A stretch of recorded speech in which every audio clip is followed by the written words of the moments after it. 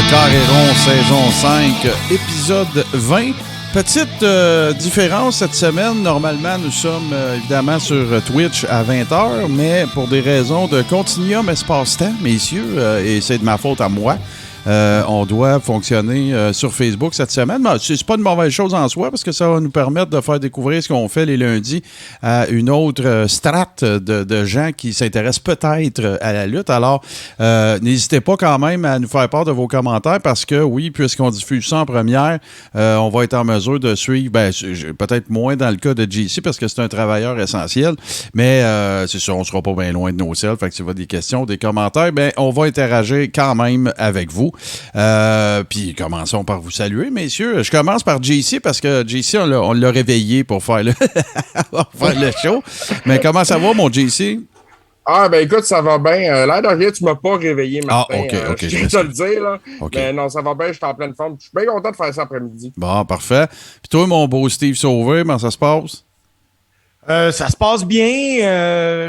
J'avais hâte de parler du corps avec vous autres aujourd'hui pour le Carré Rond parce que j'ai tellement été déçu du pay-per-view de la AEW dans la fin de semaine que j'avais hâte de péter une coche. Moi. Bon, écoute, il n'y a aucun problème. Puis d'ailleurs, on brise le kayfabe. Moi, j'ai vu Steve en fin de semaine, puis écoute, ça m'a pris 2 mains pour le retenir, de pas trop m'en parler. Garde ça pour le show.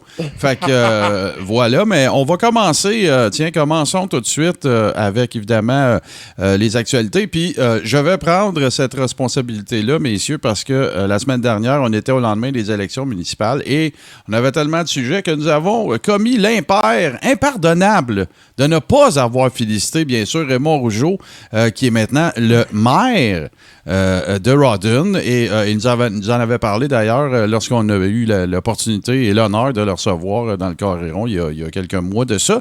Fait que félicitations, monsieur le maire Rougeau, et on espère que tout se passera comme vous le méritez. Sinon, les gars, j'ai envie de commencer. On a plein d'affaires. C'est un peu ça, le Carré Rond. Là, on fait du branche à branche pas mal, mais bon, il est sorti différentes choses. Vous en savez peut-être plus que moi, parce que j'ai été pas mal occupé dans les derniers jours, mais là, tout indique 2 choses. La première, c'est que Wrestling Academy va fort visiblement être faite en collaboration avec Devin Nicholson de Hannibal TV. Je ne sais pas si ça a été annoncé, là. Oui, Hannibal l'a annoncé aujourd'hui. Puis la deuxième affaire, c'est que semblerait-il que le beef entre Jacques et Raymond et le beef entre Jacques et PCO serait réglé. Avez-vous entendu parler de ça? Moi, j'ai pas entendu parler que Jacques puis Raymond, là, la querelle familiale ou les divergences d'opinion ont été réglées. Je savais pas non plus qu'avec Pierre-Carl, mais tu sais, avec Pierre-Carl, je suis pas au courant de la nature de la dispute, mais ce que je peux confirmer, c'est que ce n'est pas la première dispute.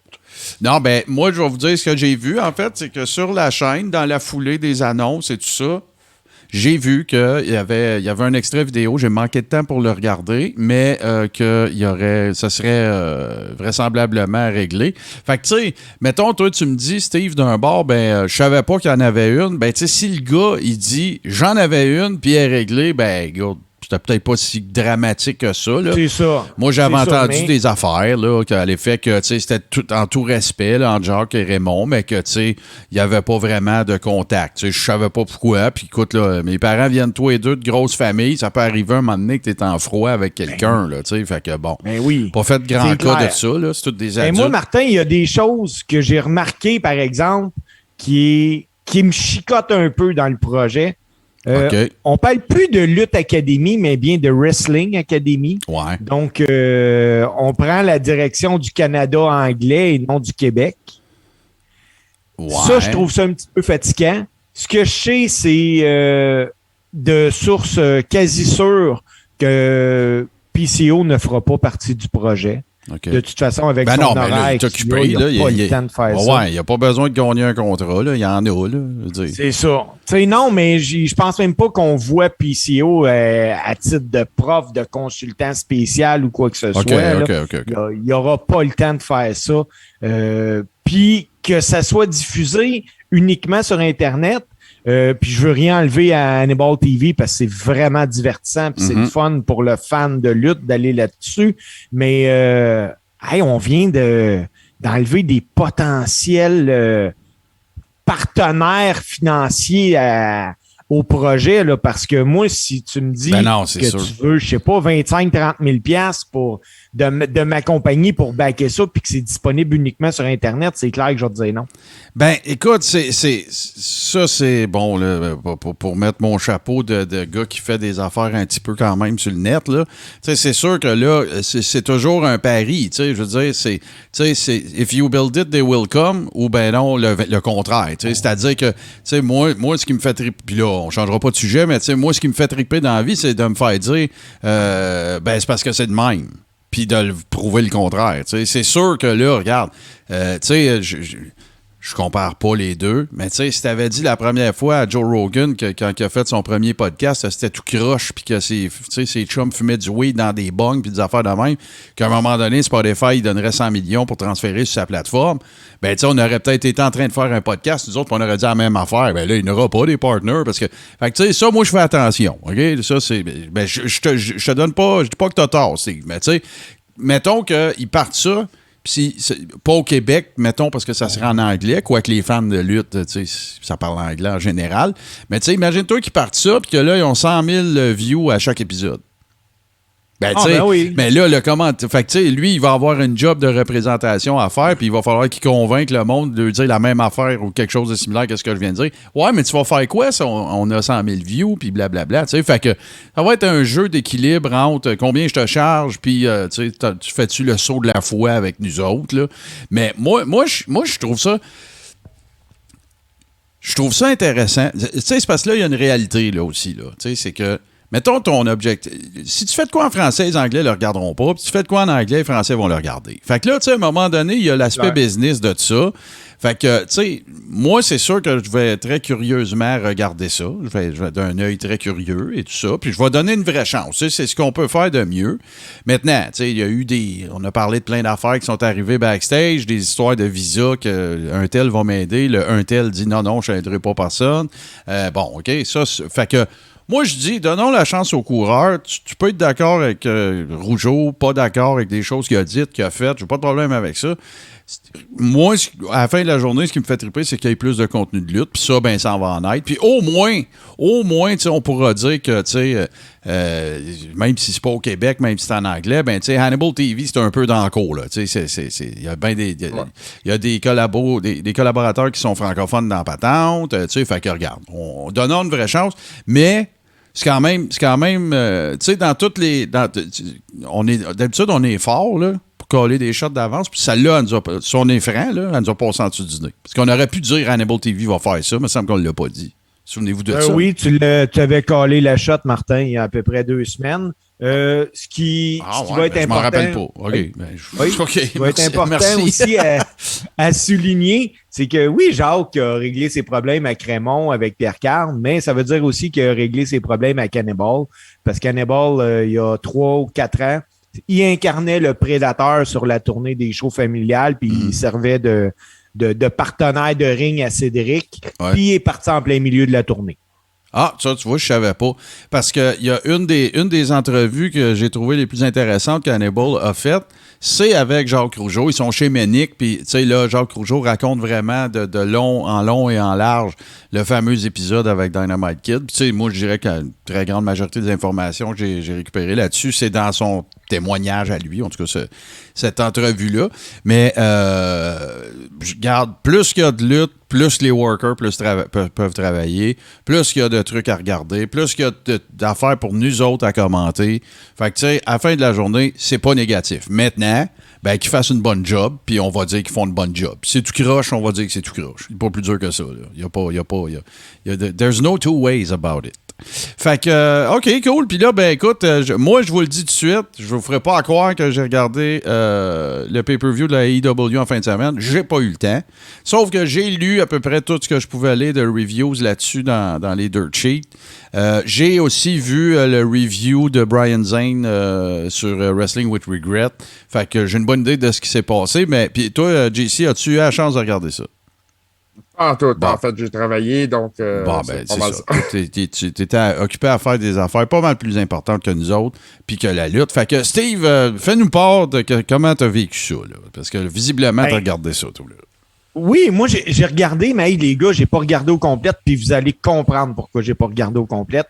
Moi, là, j'ai toujours beaucoup d'attentes quand je regarde la AEW, puis c'est eux autres qui me les ont créés parce que on s'entend que le dernier gros show de la AEW que j'ai regardé, ben, tu as eu Adam Cole puis tu as eu Daniel Bryan qui sont arrivés. Donc, c'est clair que je regarde ça. Ça commence, clin d'œil à Vince McMahon parce qu'il t'a eu de la pyro un peu partout qui a éclaté. C'était vraiment quelque chose. Puis, il start le show avec Darby Allin contre MJF. Fait que j'ai fait comme wow. Écoute, tu m'en mets déjà plein la vue. Super bon match. C'était vraiment le fun. Un finish qui me fait vraiment rire parce que c'est un clin d'œil à Eddie Guerrero. Quand MJF prend un skateboard qui pitch à Darby Allin, mais l'arbitre le voit. Fait que enlève le skateboard. Puis pendant ce temps-là, MJF, il va avec sa en trichant, en le frappant avec une bague à diamant. Puis paf, let's go. C'est bien joué, là. Mais les boys, tout est parfait jusqu'à temps qu'on arrive à un match de CM Punk. Là, ça m'a tellement fait décrocher que pendant le match, j'ai arrêté. Ben, avant que tu continues, Steve, moi, je tiens à dire aussi, parce que dans les autres matchs que j'ai vus qui se déroulent avant celui-là, il y a eu FTR contre les Lucha Brothers qui apparemment étaient majestueux. Là. Ça a l'air c'était incroyable. Je rappelle-moi les autres, là, parce que c'était Miro contre...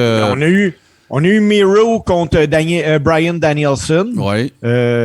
Écoute, une shot de malade. Là, Daniel Bryan qui fait un DDT sur Miro, mais depuis la 3e corde. Il enchaîne ça avec la fameuse guillotine. Puis Miro, on n'en parle plus. Là. Ça a l'air que il y a eu bien des spots, ça a l'air absolument fucking incroyable là, dans tous les combats, en fait. Là. D'ailleurs, moi, je vais le regarder. Là, c'est rare que je fais ça, là, mais d'habitude, je regarde les reviews, puis je dis, OK, c'est cool, blablabla, puis tout, mais celui-là, même si je sais, je vais le regarder, c'est sûr. Là. Fait que, on s'excuse si on vous dit... on s'excuse si on vous divulgage une coupe d'affaires, mais bon, c'est ça le Coréron. Là. Vous nous écouterez après, d'abord. Arrêtez de nous regarder.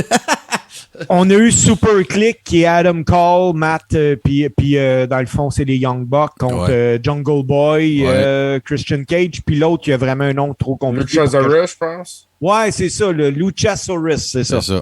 Puis là, ça a l'air qu'il y avait des barbes mauves, là. C'est-tu vrai, ça? Okay. Oui, mais il semble qu'il y avait des barbes mauves, mais je suis pas sûr. Non, les Young Bucks, ça a l'air qu'il y avait des barbes de couleur. En tout cas, là, c'est whatever. Oui, mais tu sais, c'est les Young Bucks. Mais encore là, par exemple, ce combat-là où j'ai eu un petit peu de misère, c'est tellement juste des spots, les Young Bucks, que moi, j'ai de la misère à accrocher. Moi aussi, j'ai de la misère. Tu sais, par chance, après ça, ils sont arrivés avec Cody puis Pac contre... il faut que j'aille son nom. Black puis Andrade Idolo. C'est ça. C'est que moi, je me trompe tout le temps. Là. Pour moi, c'est encore Aleister Black et Andrade. Là. Ouais. On t'aurait situé, je pense. Ouais, c'est ça. JC est là pour ça, tu vois. Lui, il nous ramène à l'ordre. C'est parfait, ça. C'était un match vraiment correct. Puis ça m'a encore fait dire que Pac a tellement été mal utilisé à WWE. Ben là, on peut faire la liste. Il est bon. Il est tellement bon, ce gars-là. Là. C'est capoté. Ben, Steve, je t'arrête. La I est venue à bout de scraper la possibilité d'une feud à long terme entre Pac ou Neville puis Austin Harris. Là. Faut le faire. Là. Ouais.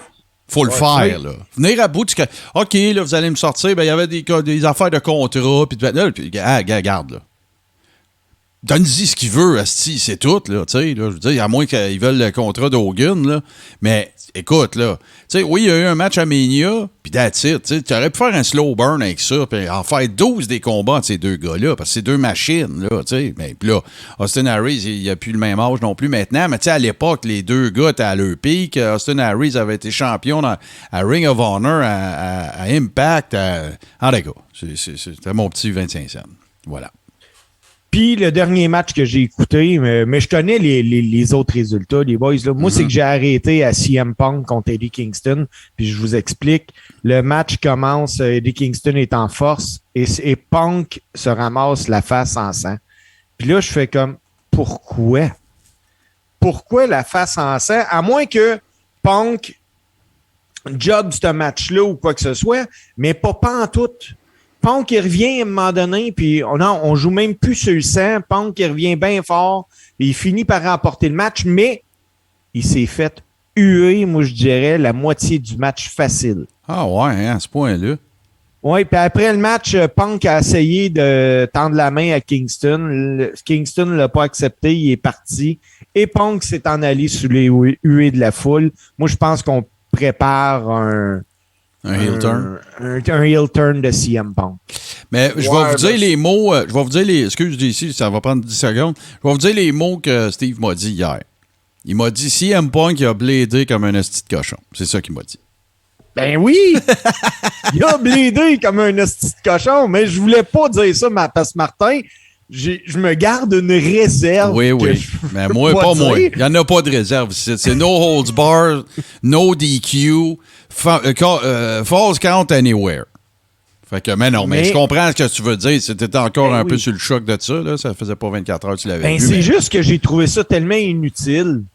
Tu sais, moi, là, si tu veux faire de quoi de bon, blade-toi comme un cochon, j'ai pas de trouble avec ça, mais va pas prendre le match puis jouer là-dessus. Tu sais, moi, je m'attendais quasiment à un Punk qui perd un peu comme Brett puis Austin avait eu, que Austin a...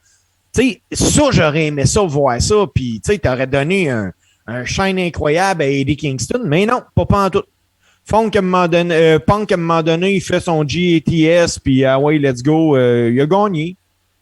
Ouais, ben, tu sais, non, mais est-ce que c'est possible, avec un peu de recul, Steve, est-ce que c'est possible que la raison que ça s'est passé comme ça, puis là, écoute, ça peut avoir chiré, là, mais est-ce que c'est possible que ce soit parce qu'il voulait shiner un peu Kingston, puis c'est pour ça qu'il a blédé? Parce que depuis le début, on nous vend CM Punk comme un gars qui va être bon dans le locker, comme un gars qui va aider à mettre les plus jeunes talents over, tu sais, puis tout ça. C'est-tu ça?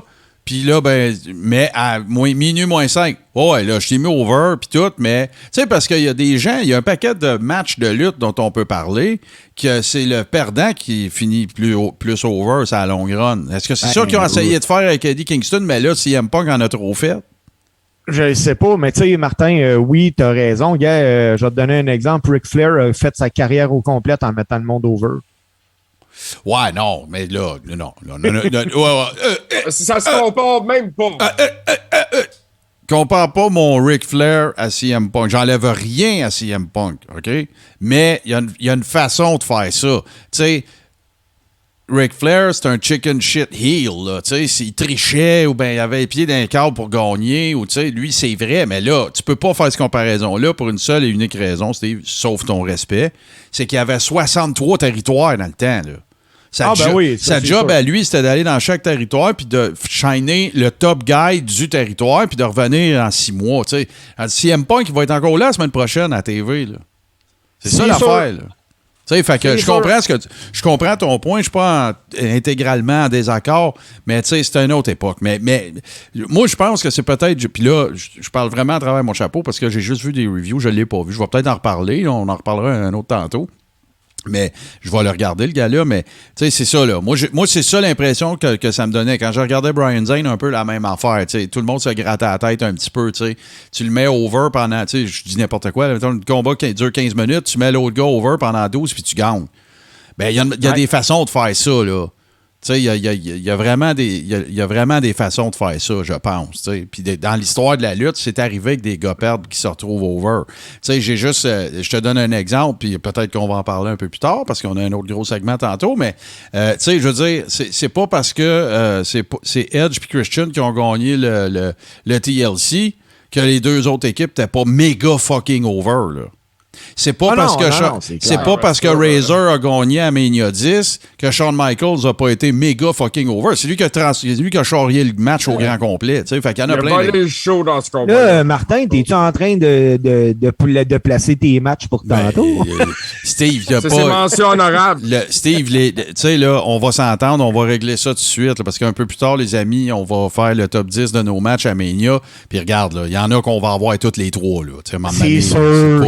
C'est pas du brûlage de rien pantoute. Mais j'espère qu'il y aura quand même quelques surprises. Sinon, ben écoute, moi, là, je ne sais pas qu'est-ce que vous en pensez, les gars, mais... tu sais, on en parle souvent, puis je veux pas qu'on sonne non plus comme un vieux disque pété, mais tu sais, je regarde beaucoup les dirt sheets, puis tu sais, une des affaires que je constate qui est une tendance lourde, là, c'est vraiment la drop des ratings à la TV, de tout le monde.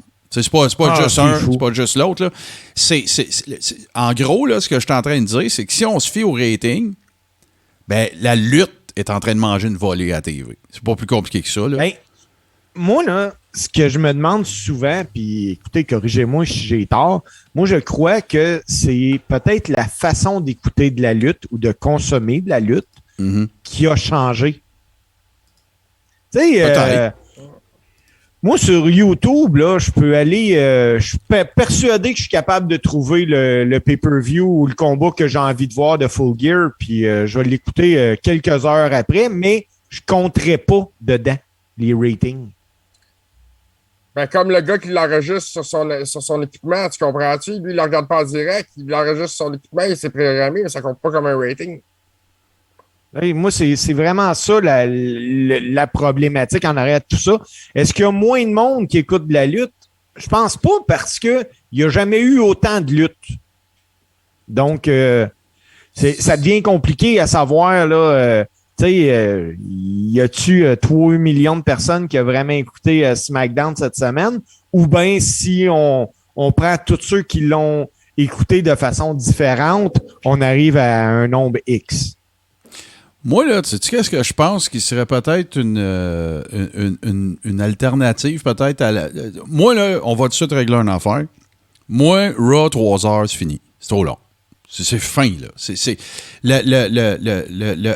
qu'on appelle, là, en anglais, le attention span, tu sais, la capacité de fournir ton attention pendant une longue période. YouTube, Facebook, tout ça, ça a tout changé, ça. La game a changé, là. On n'est plus en 1997, en plein milieu de la Attitude Era. On n'est plus, tu sais, on est dans une nouvelle époque je pense qu'on est dans une nouvelle époque de la lutte. Je ne suis pas en train de dire à scrap tout, va-t'en sur YouTube. Non, c'est pas ça. Je dis raccourci. Raccourci. Puis, tu sais, à la limite, là, je te dirais, tu sais, comme là, écoute, là, t'as 3 heures de Raw. T'as 1h30 on va juste prendre la I. T'as 3 heures de Raw. T'as 1h30 de SmackDown. T'as NXT. T'as le Network en plus qui a des... On va se le dire, il y a des affaires intéressantes en salle. Là. Tu sais, le Broken Skull, le podcast à Steve Austin. Untold, c'est toujours très bon. Tu sais, tout ça. Fait que tu peux remplir ta semaine de contenu de lutte bien facilement. Après ça, t'arrives avec la AEW. Ben là, t'as 2 heures là, t'as 1 heure là, t'as du stock sur le net, t'as toutes sortes d'affaires. Là, tu sais, fait que moi, ce que je dis... c'est ventile tes affaires un petit peu. Laisse-moi assimiler, laisse-moi respirer. Puis l'autre affaire, moi, je vais vous le dire que je suis plus capable, c'est les double storylines. Tu sais, Raw et SmackDown, qui a 2 storylines, puis que là, ça converge quand il arrive des pay-per-view. Puis là, tu sais, faut... Non, moi, je décroche, je débarque. Puis je dis ça, même affaire pour la AEW, là. Tu sais, je dis pas qu'il y a plus qu'une storyline, puis il y a 2 shows distincts, puis 2 rosters, puis toute la kit. Moi, je pense que c'est une erreur, ça, cette affaire-là. Je suis rendu que je pense que c'est une erreur. Moi, je dis, fais un Raw de 2 heures, fais un SmackDown d'1 heure, puis de brand. On le sait pourquoi. C'est pour faire plus de cash, puis 2 antennes, puis tout. Je comprends, là. Mais là, regarde tes ratings. Tu sais, visiblement, Callis, ça marche pas, là. Tu sais, il y a moins de monde qui regarde au total, là. Ça finit là, là. Puis l'autre affaire, puis ça, bon, on n'a pas de contrôle là-dessus. L'autre affaire qu'il va falloir qu'il arrive pour qu'il y ait... tu sais, là, la WWE, là, ils prennent toujours le high road. Tu sais, ils se disent toujours, ben non, moi, je parle pas des autres parce que c'est même pas de la compétition. Ben moi, là, si j'étais booker à AEW, là, ben j'ai callerais out. C'est ça que je ferais. J'en créerais une de la polémique, j'en créerais de la controverse pour que là, le monde veuille voir les deux shows pour voir, les deux feds pour voir qu'est-ce que l'une dit de l'autre. C'est ça, dans le fond, l'affaire. C'est ça qui a fait que les plus hauts ratings que j'ai jamais eu, c'était pendant les Monday Night Wars. Mais là, c'est pas ça. On fait chacun une petite affaire sur notre barbe. Tu sais, là, Chris, la guerre de la 117 en Abitibi, les Foreurs contre les Huskies de Rouen, Montréal, Québec. Tu sais, je veux dire, oblige-moi à syntoniser ton show. Tu sais, tu forces ma main, là. Mais là, moi, là, c'est The Young and the Restless. Oblige-moi à me positionner. Aussi. Oblige-moi à me positionner. Je vais en choisir un des deux. Ben oui. Ça va être mon préféré, là. C'est The Young and the Restless. Je peux manquer un mois de Raw, je resyntonise, j'ai rien manqué. Raw, là, dans le fond, là, tu sais quoi? C'est un show de recap. C'est un show de recap. Ils vont montrer. Je reviens avec mon A puis B contre C puis D. Une semaine, c'est A contre C. L'autre semaine, c'est B contre D. L'autre semaine, c'est A contre D. C'est toujours la même affaire. Puis entre chacun, ben là, ils nous expliquent pourquoi ils sont en crise un après l'autre. C'est un show de recap. Tu sais, puis, fait que moins de stock à TV, meilleur, plus punché, qui va m'emmener à commander ou m'abonner à ton network pour voir les pay-per-view. On revient en arrière un peu, là. Tu sais? On vient à Studio Wrestling, là. Ric Flair passe pendant 3 semaines. Il y a un gala à 4e. Si tu veux voir la fin de ce feud-là, ben viens au gala. That's it, là. Puis là, ben à l'époque, tu sais, chaque territoire collaborait ou collabore, tu sais, un temps soit peu ensemble, parce que là, tu me l'enverras après, moi te l'envoyer dans 6 mois, blablabla. Ben là, faites le contraire. C'est la guerre. Tu sais, quand Adam Cole, il arrive à AEW, là, mais là, ils feront jamais ça. Mais tant qu'ils vont en avoir. Si on peut continuer à créer des fédérations intéressantes, ben là, les gars vont tout le temps savoir qu'il y en avait de l'ouvrage. Qu'ils vont en avoir de l'ouvrage. Mais tu sais, Adam Cole qui arrive à AEW, là, ben dis que t'es écœuré de la I. Mais non, c'est pas ça. C'est toujours la même maudite affaire. Mais on est l'amour, puis merci, puis blablabla. Là, les deux. Brian qui est en train de les louanger. Ben oui. Ou ben t'aurais. Tu sais, imagine-toi, là, si. Puis je dis pas que c'est pas arrivé. CM Punk et Eddie Kingston, là, le lendemain de Full Gear, là, ça se tweet. Oh, je l'aime tellement, Eddie. Quel beau match il m'a donné, puis blablabla. Tu sais, combien de fois qu'on a vu ça à I? On a vu ça plein de fois, là. Par contre, moi, c'est ça que je ferais. J'en créerais de la controverse. Puis écoute, là, tu sais. Le segment de DX qui s'en va invader la WCW, tu sais, c'est des affaires de même qu'on se rappelle de cette époque-là. Puis là, ben, tu sais, à part de, un peu comme tu as dit tantôt, Steve, à part de se rappeler de spot, on se rappelle, il n'y a plus de moment. Tu sais, quand tu dis, là, si tu me demandes sur le fly, c'est quoi le dernier moment que je me rappelle de WrestleMania, vite, là, c'est John Cena qui demande à une des Bellas de se marier avec. Tu sais, ça n'a pas d'allure, là. Moi, j'ai hâte qu'il y ait un nouveau compelling event dans le monde de la lutte. C'est ça que j'ai hâte. Puis c'est ça que les fans demandent. C'est ça que les fans, ils veulent. T'sais?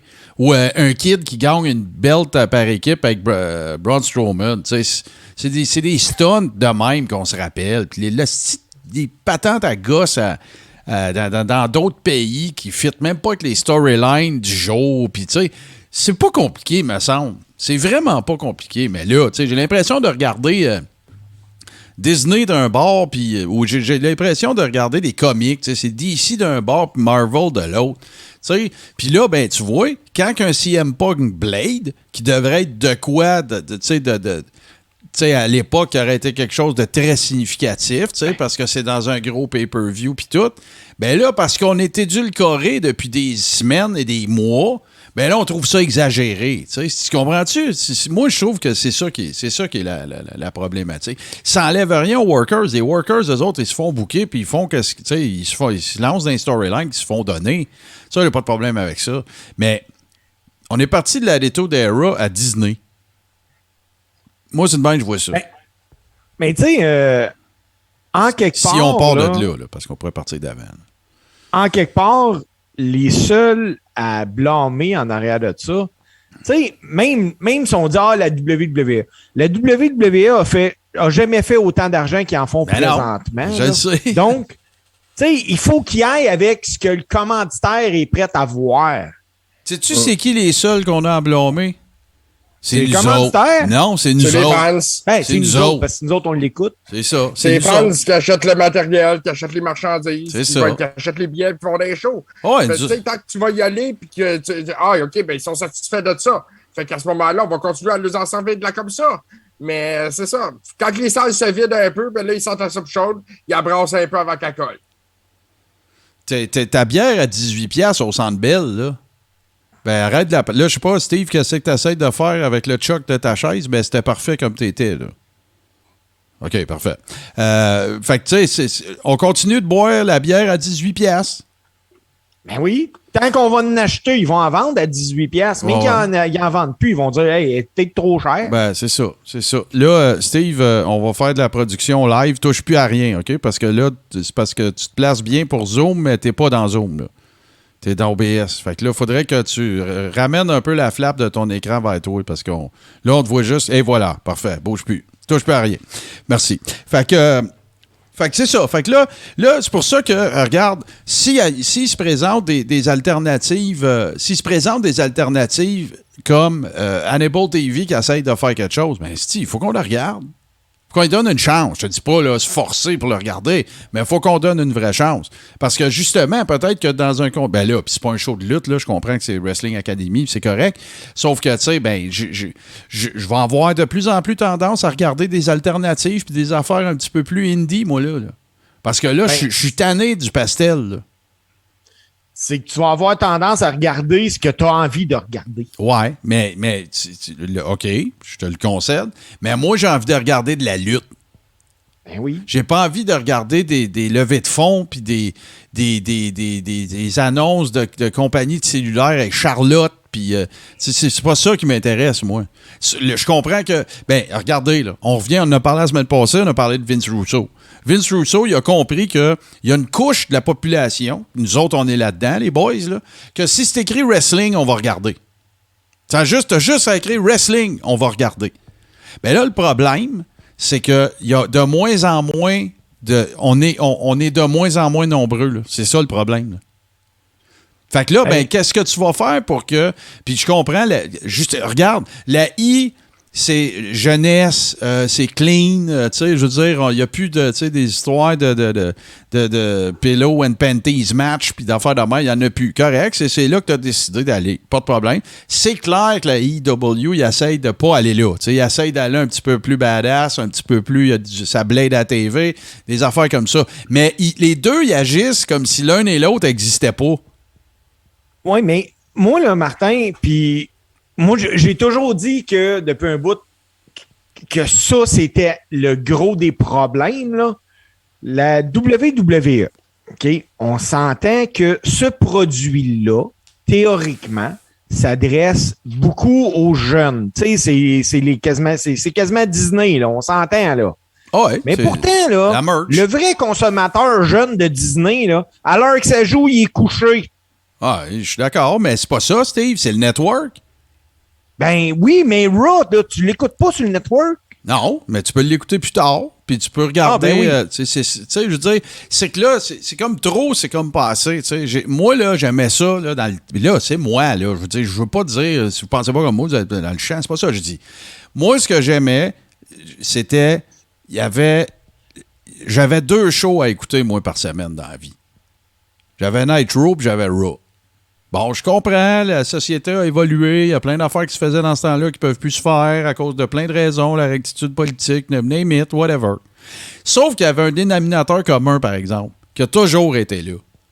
C'est la rivalité entre les deux affaires que parce que si tu écris wrestling, je vais les regarder, qu'il n'y a plus. C'est juste ça que je dis.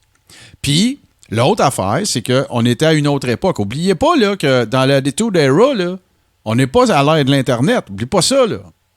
Oublie vraiment pas ça. Fait que là, ça veut dire quoi? Ça veut dire qu'au final, pour conclure là-dessus, les boys, ça veut dire qu'au final, ma capacité de te donner de l'attention a diminué parce que j'ai des stimuli de contenu à gauche et à droite. Fait que arrête de te péter la tête sur le mur. Change de tête ou change de mur. Tu comprends? Parce que là, m'a faire comme avant, puis ça va revenir comme avant? Non.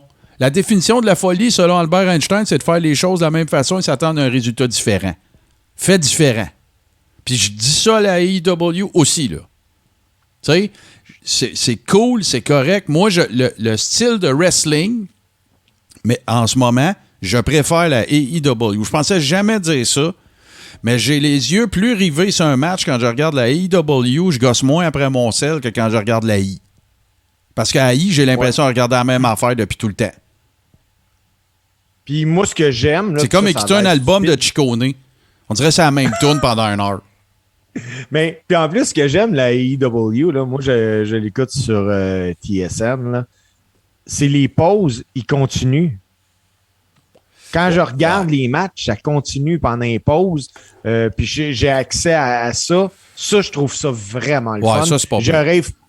C'est pas pire. C'est bon, ça. Je suis d'accord. Oui, vraiment, parce que quand j'écoute la E, ce qui va arriver, c'est que c'est super simple. Habituellement, ils vont en pause, puis ils profitent de la pause pour que le heel il revienne en force. Fait que quand ils reviennent de la pause, là, ils te montrent 2-3 recaps parce que le heel est revenu, puis c'est tout le temps la même affaire, là. Bon, en tout cas, si vous avez des commentaires par rapport à ça, évidemment, là, vous en faites peut-être pendant qu'on est live, mais ce que je veux dire, c'est si vous voulez qu'on élabore là-dessus, ou faites-nous part de vos opinions par rapport à ça, parce qu'on a vraiment des fans qui sont de tous les âges, de tous les sexes, qui ont connu les différentes époques, les différentes ères. Puis nous autres, ce qu'on va faire, les amis, on va faire une très courte pause, puis on va vous revenir avec, justement, ça va peut-être faire du bien un petit peu, on va revenir avec une autre époque. Et Steve va nous préparer sa chronique de cette semaine. On revient tout de suite après ceci.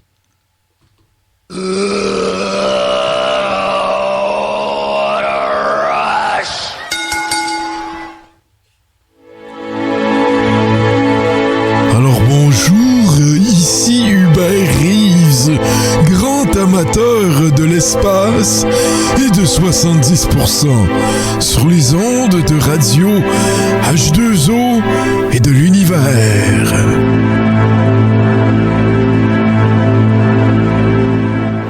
Ben oui, 70%. Allez trouver ça sur Facebook. Un pilier du podcast québécois qui existe depuis, j'allais dire une niaiserie, mais depuis l'époque de Ruthless Aggression. Voilà. Fait que on reste dans les thématiques. Puis là, mon cher Steve, tu nous as préparé une chronique cette semaine et dans le teaser de l'épisode, peut-être qu'il y a des gens qui n'auront pas fait la connexion. Moi, je me rappelais pas que je me rappelais de ça, mais quand on en a parlé hors micro, j'ai fait oui, c'est vrai, j'ai déjà vu ça passer. Mais je te cède le micro, mon cher. Et de qui vas-tu nous parler cette semaine?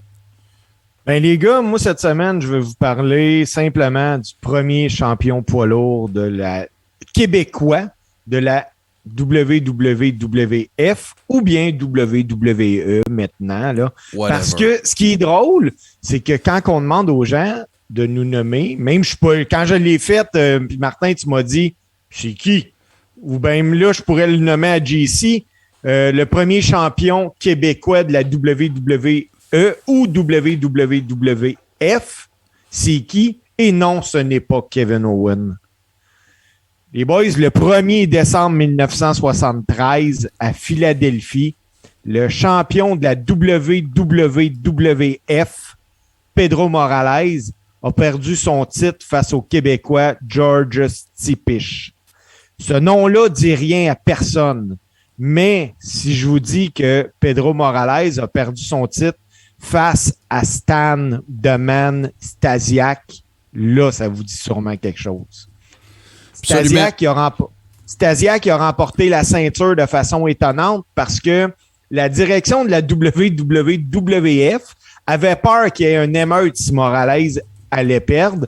Donc, ils ont opté pour quelque chose qui laissait partir les fans de l'aréna heureux puis sans danger d'émeute. Morales, il a exécuté le full Nelson, puis Stasiak a réussi à aller dans le coin. Il s'est poussé sur le dos. L'arbitre a compté 3. Tout le monde était content, puis l'annonceur a même annoncé la victoire de Morales. Pourtant, dans les jours qui ont suivi, c'est bien Stan The Man Stasiak qui entrait avec la ceinture de champion poids lourd. Même si son règne a été de courte durée, ça lui a permis de battre dans le ring 1, 2, 3 Chief J. Strongbow. Chief J. Strongbow, les gars, là, c'était tout un personnage. Ce gars-là pouvait virer une salle à l'envers. Au sujet de Chief J. Strongbow aussi, petite bit d'information, ben son personnage était évidemment un autochtone, un Amérindien, et c'est un monsieur qui est italien. Alors voilà, c'est quand même assez comique, mais on était à l'époque des gamiques, hein, alors voilà. 3 jours après avoir battu Jay Strongbow, Stan The Man Stasiak, il a perdu le titre au Madison Square Garden de New York face à Bruno Sammartino. Pour la petite histoire, George Stipish est né au Saguenay, plus précisément à Arvida, le 13 avril 1937. À ses débuts en lutte professionnelle, il portait même le nom de l'assassin d'Arvida. Ce gars-là est un passionné de lutte, mais il allait voir la lutte pas nécessairement pour les bonnes raisons, puis je vous explique. Lui, avec sa gang de chums à Chicoutimi, il allait là pour frapper les lutteurs quand ils faisaient leur entrée dans le ring.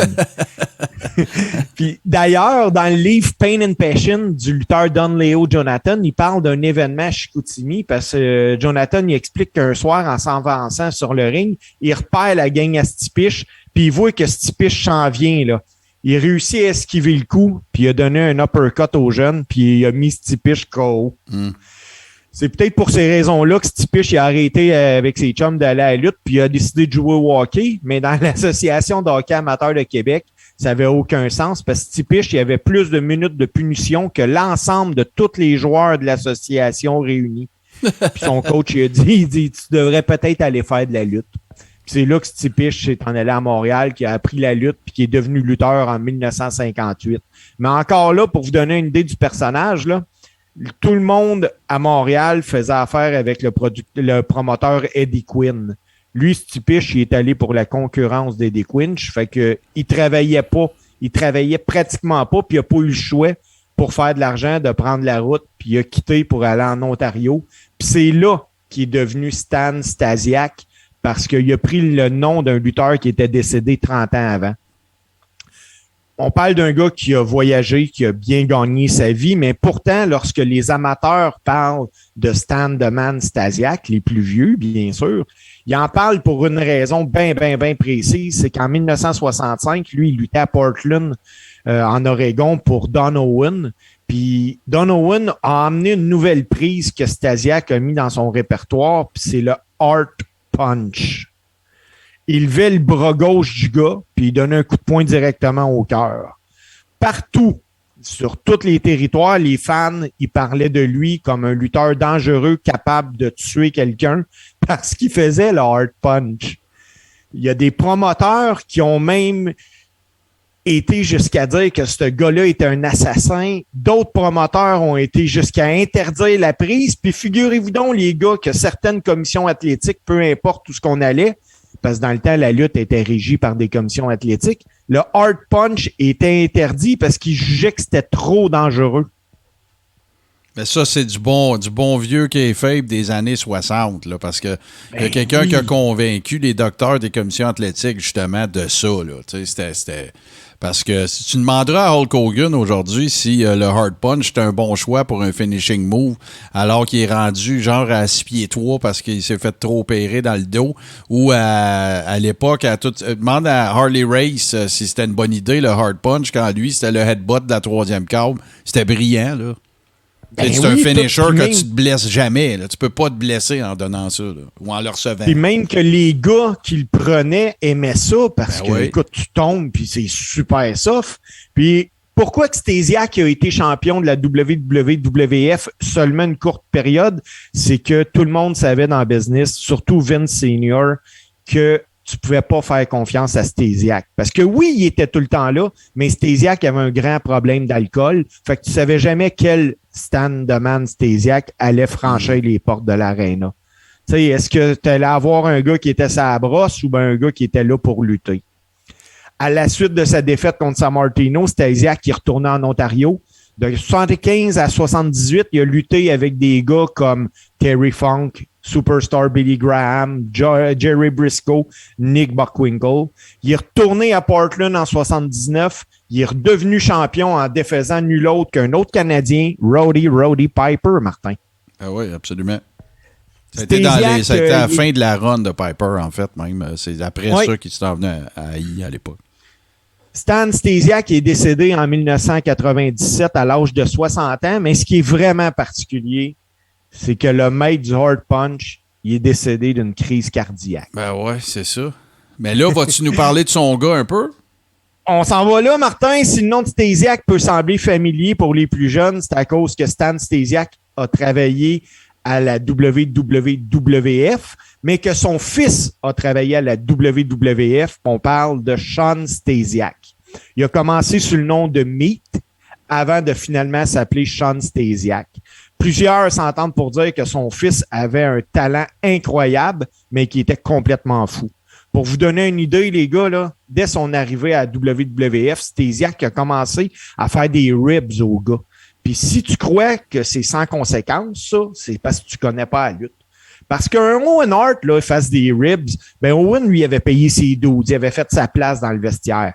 Mais qu'un jeune arrive puis qu'il en fasse, ça passe pas. Ouais, puis même s'il était le fils de Stan Stasiak, là, c'est sûr. Là. Ah ben non, c'est ça passe pas. Lui, là, Shawn Stasiak, il a finalement été congédié par la WWF en 99, après avoir été surpris à enregistrer une conversation entre Davey Boy Smith et Steve Blackman.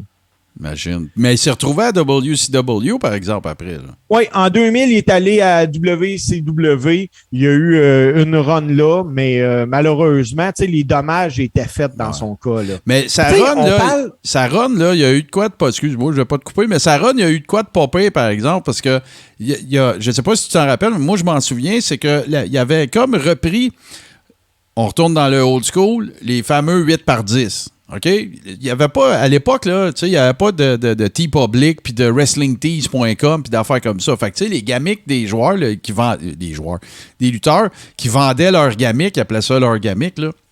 C'était des photos d'eux autres de 8x10.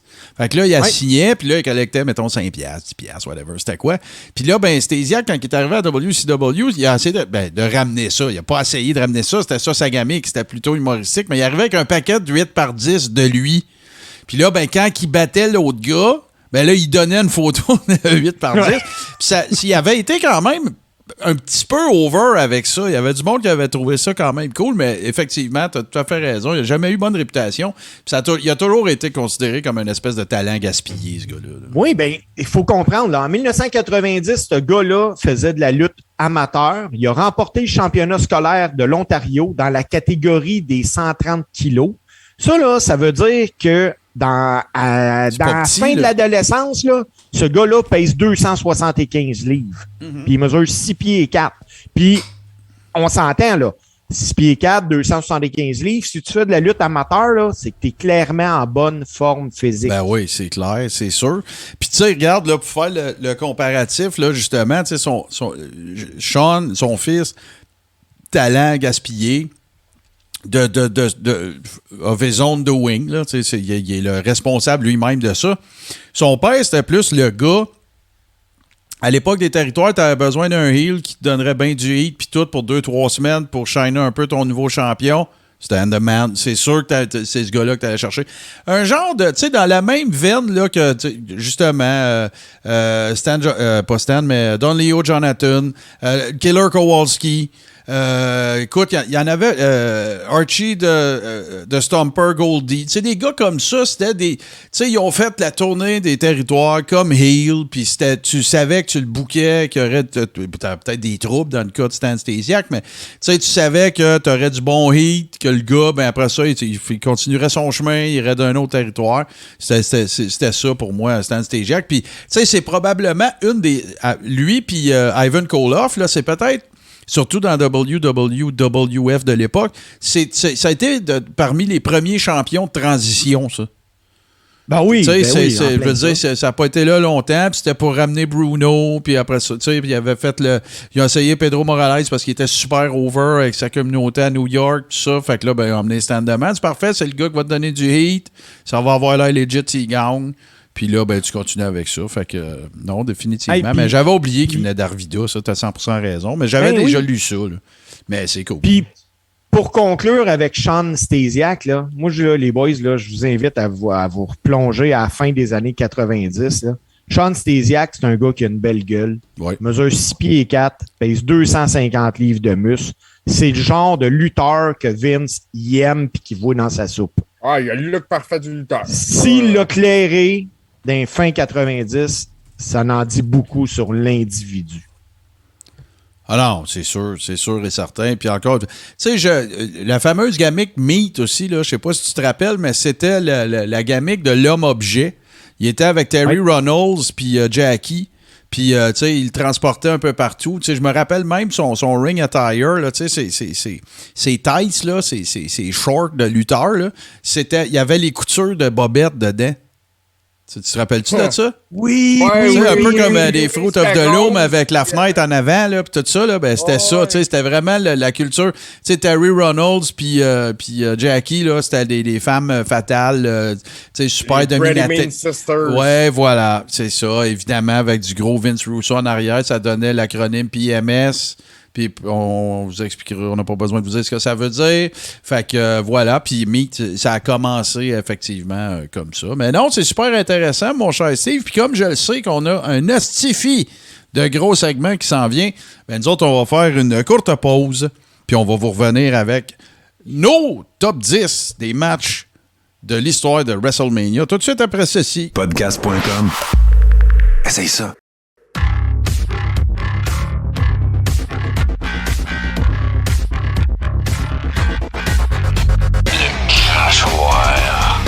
Il est toujours conscient que tant que lui ne se récuse pas, tant que lui ne détruit pas son image de Messi, ben les gens vont continuer à garder leur foi en lui. Fait que c'était très habile de sa part. Puis pour les bobettes, moi je trouve ça drôle parce qu'il revient là-dessus. Ben ouais, pour la petite histoire, j'en ai pas de bobettes, puis je me rappelle pas en avoir porté depuis des décennies. Ce qui l'énerve, c'est que c'est le mot bobette. Parce qu'il était en sous-vêtements, mais il dit hey, t'as peu, là, je suis pas un cave qui répond à porte en bobette. J'étais en boxeur, là. Ta gueule! Il y a un gars qui a une caméra pis un micro, tout ouvre la porte à moitié à poil. On s'en fout-tu que ce soit des canessons, des bobettes ou des boxeurs? Va t'habiller, asti de tout nu! C'est juste ça que j'ai à y dire. C'est des sous-vêtements à mi-cuisse, rigueur calice. Fait que là, il dit... ouais, c'est ça. Fait que là, il dit, alors pour les bobettes, sans surprise, c'est faux. Selon la technique du celui qui dit, celui qui l'est, puis du ouais, mais toi... Ben lui, quand TVA relève sa désinformation, ben vous autres aussi, vous en faites de la désinformation, vous avez dit bobette pis c'est des boxeurs.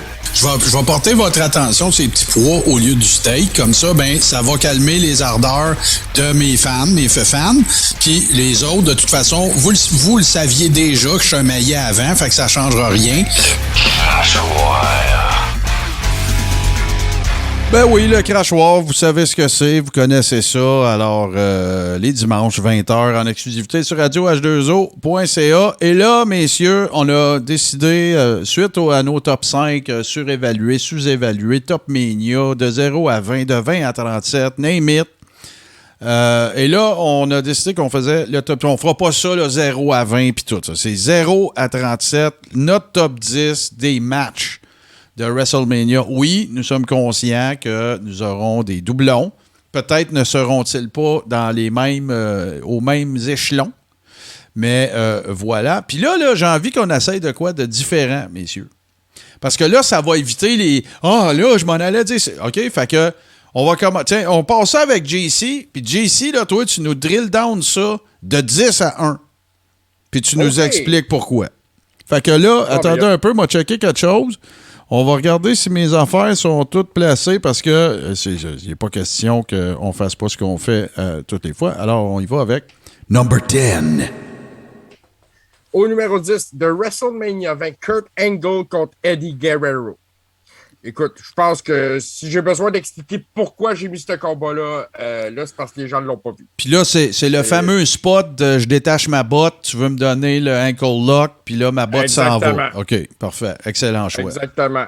Excellent choix. Oui, ça, c'est définitivement un de mes combats préférés. Il y avait beaucoup d'émotions là-dedans avec Eddie Guerrero, entre autres. Puis Kurt Angle s'est raconté une histoire dans un ring. C'est un des lutteurs qui s'est le plus facilement adapté à son milieu. Triple H disait à l'époque. Donc, c'est ça. Donc, on va aller au numéro 9. Shawn Michaels contre Chris Jericho, WrestleMania 19. Oh, excellent. Ça, tu vois, ça, là, je veux pas rien brûler de ma liste, mais tu sais, on doit faire des choix déchirants. Puis ça, tu vois, moi, dans mon top 10, je l'aurais mis, mais j'ai comme pas eu le choix. J'ai pas pu, mais c'est un très bon pick, là. Très bon pick. Tu sais, j'avais 38 combats dans mon top 10. Pas des choix, tu sais, à un moment donné. C'est excellent. Ça ressemblait pas à ça. Et, après ça, WrestleMania 24, Shawn Michaels contre Ric Flair. Écoute, on peut tellement pas passer à côté du combat de Ric Flair de WrestleMania 24. Ben non. Tu parlais d'un WrestleMania moment, ça, c'était un WrestleMania Ben oui. moment. I'm sorry, I love you, Sweet Chin Music. C'est ça. C'est un excellent choix. Puis, écoute, là, tu sais, on va prendre 2 secondes, là, par exemple. Puis là, c'est ta liste. Fait que c'est à toi, je vais demander ça, JC, mais... Ouais. Tu sais, là, on le sait tout pourquoi, puis on sait tout que, tu sais, Ric Flair, c'est un player, puis il a été pourri avec son argent, puis écoute, il aimait ça prendre un coup, puis on les sait toutes les histoires, là. D'ailleurs, il est sorti des nouvelles affaires aussi, évidemment, suite à Dark Side of the Ring, mais on n'ira pas là. Est-ce que toi, quand tu l'as vu, s'en aller à TNA pour un paycheck après, est-ce que ça l'a détruit ton moment? Ben, détruit, là, j'en mets un peu, mais tu sais, est-ce que ça t'avait flétri de constater que... Ça t'a-tu fait de quoi que ça soit pas la dernière fois qu'on voit Ric Flair dans un ring dans ce match-là? Ben, en bout de ligne, on s'est demandé pareil, la grosse cérémonie du Raw du lendemain, puis toute la patente, le gros setup qu'ils ont fait autour de ça pour finalement, je vais revenir. Puis c'est ça, je vais aller signer ailleurs parce que j'ai besoin d'argent. Ben, c'est ça. Je peux comprendre. Puis, mais je ne l'ai pas suivi dans cette run-là à TNA. Ben, moi non plus, c'est direct ça, je m'en allais te répondre. Moi, ça m'a fait comme... Tu sais, c'est comme... Tu sais, pour une fois qu'on... Ça faisait tellement longtemps qu'il n'y avait pas eu un moment qu'on trouvait legit dans un ring que là, ben, tu sais, tout décollissé. Comment je te dirais ça? On transcendait le kayfabe dans ce combat-là. Puis là, on s'est rendu compte pas longtemps après que, ben non, on en avait du kayfabe, il s'en retourne là pour un check. Puis tu sais, en même temps, ce combat-là à WrestleMania, c'était le point culminant d'un long storyline entre Vince McMahon et Ric Flair. Absolument. Qui voulait l'amener à la retraite, puis il arrêtait pas de dire ta prochaine défaite, tu t'en vas. Ta prochaine défaite, tu t'en vas, puis il mettait des adversaires toujours plus tough. Puis là, ben, il est arrivé WrestleMania avec Mr. WrestleMania, Shawn Michaels. Mm-hmm. On savait tout qu'il perdait, c'était pas ça. Ouais. Mais ils sont venus à bout de nous le faire regarder puis être au bout de notre site quand même. C'est ça la magie. Écoute, Shawn Michaels a su nous montrer un Ric Flair sur son meilleur jour à ce moment-là. Ouais. Puis ça n'aurait pas été avec un gars comme HBK, ce combat-là n'aurait pas eu le même sens. Sais-tu ce que Shawn Michaels a dit quand ils ont fait le lock-up? Non. Il a juste dit à Ric Flair, suis-moi puis ferme ta gueule. Ça veut dire, Steve, il va vous le confirmer, ça veut dire, je cale tout. Tout. Ouais, mais ça, à WrestleMania, Shawn Michaels, c'est sa façon de faire. Là. Ouais, mais attends, wow. JC, c'est Ric Flair. C'est Ric Flair. OK? Si Ric Flair n'existe pas, Shawn Michaels n'existe pas, là. Ça, c'est un fait. OK? Puis là, t'es dans le ring, t'es à Mania, puis tu dis à Ric Flair, suis-moi et ferme ta gueule, c'est magique, là. C'est vraiment magique. Il a tout collé. Mais tu sais, encore là, c'est ça, je te dis, Shawn Michaels a présenté Ric Flair comme étant le lutteur qui était. Oh oui, absolument. Il l'a fait vivre comme la légende du Nature Boy. Oh ouais, puis il y a eu le dirtiest player in the game. À un moment donné, il y a un crotch shot quand le ref a le dos tourné.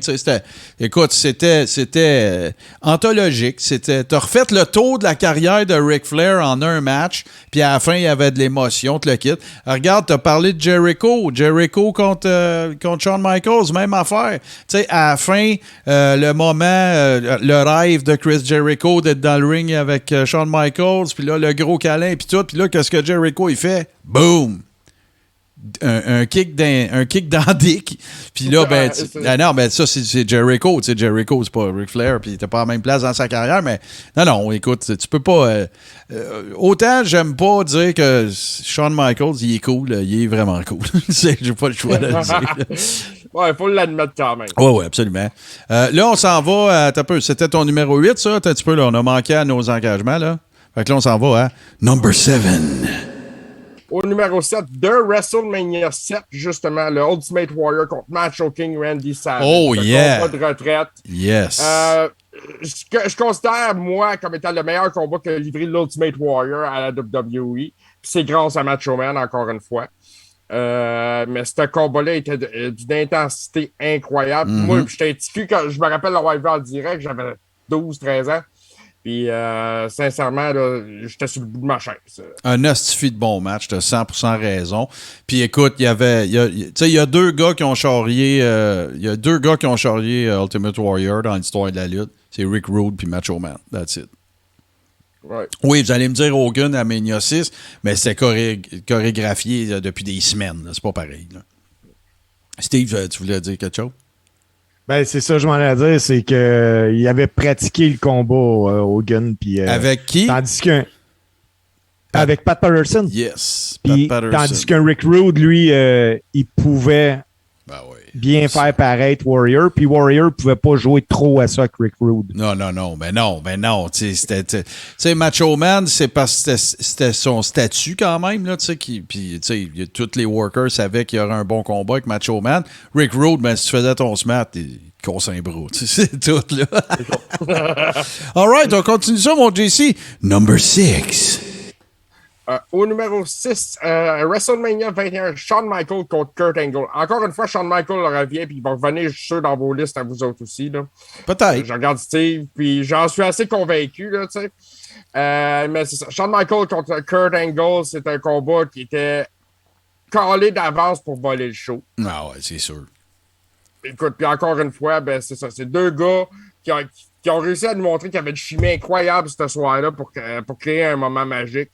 Dans la victoire de Kurt Angle par soumission sur Shawn Michaels, moi, j'aime beaucoup voir Shawn perdre par soumission.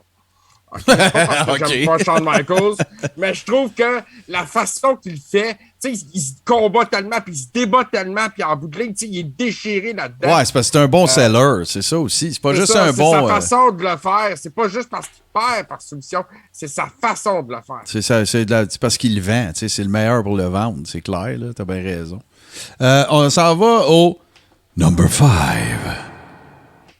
WrestleMania 13, le Double Turn, Bret Hart contre Stone Cold Steve Austin. Rien de plus à dire là-dessus. L'histoire parle d'elle-même. Le plus grand double turn de l'histoire de la lutte. Point final à la ligne. Arrêtez tout ça là. Fini final. La shot de Steve Austin, le sang qui coule dans la face. Il y en a ses dents, c'est ce garde là. La photo a fait le tour du monde. Puis tu sais, oui, Stone Cold, c'était parfait, c'était super le fun, mais regarde, c'est pas compliqué. Là. Bret Hart a mis Stone Cold over. Fin. Il n'y a pas d'autre manière de dire ça. C'était ça le but. On continue. Number 4. Au numéro 4 de WrestleMania 21, Chris Jericho contre Chris Benoit, contre Edge, contre Christian, contre Kane, contre Shelton Benjamin, le tout premier Money in the Bank. Ouais, ça n'avait été tout un. Ça, c'était complètement cinglé. Je voulais mettre un ladder match dans ma liste. Il y en a beaucoup à WrestleMania qui ont été bons. Il y a eu les TLC, il y a eu Shawn contre Razor. Puis là, je me suis attardé au premier Money in the Bank, puis je l'ai revu récemment, puis il mérite sa place là. Oui, absolument. Moi, je suis très d'accord. Puis, tu vas voir qu'on a des points communs, moi et toi. Je continue. C'est JC et son top 10 Mania. Number 3. Au numéro 3, écoute, c'était un combat qui était assez obscur. Il n'y a pas grand monde qui en parle de ça. C'était WrestleMania 2000, donc WrestleMania 16. C'était un triple threat, 2 de 3 pour 2 ceintures. La ceinture européenne et la ceinture intercontinentale entre Kurt Angle, Chris Benoit et Chris Jericho. Ouais, non, ça, t'as 100% raison. Puis je te dirais même pire que ça. Il n'y a pas grand monde qui parle de Mania 2000 points. Puis sais-tu pourquoi? Sais-tu pourquoi? Parce qu'ils ont fait moi, je considère qu'au niveau marketing, la I, ils ont fait un hostie de gaffe avec ça, d'être allé l'appeler WrestleMania 2000, parce qu'on aime ça, avoir WrestleMania puis le numéro. On se rappelle plus du numéro du Mania que de l'année. Tu sais, moi, là, si je te demande WrestleMania 13, t'es en quelle année? Faut que tu calcules parce que tu sais que le 1 est en 85. C'est ça. Faut que tu fasses 85 plus 13, sinon tu n'y arriveras pas. Fait que ça a été une grosse erreur, puis c'est vrai, t'as raison, ce match-là. Rappelle-moi, c'était qui avait gagné? Mais dans les faits, Kurt Angle est rentré avec les 2 titres. Ouais, il est parti avec aucun parce que Chris Benoit en avait pris un, puis Jericho avait pris l'autre à ce moment-là. Bon, tu sais, puis comment faire un triple threat? Ça, je me rappelais pas qui avait quoi, là, mais moi, ce que je me souviens de ce combat-là, c'est comment faire un triple threat avec Angle qui rentre avec 2 ceintures, qui épaille les deux, puis qui chaîne pas moins.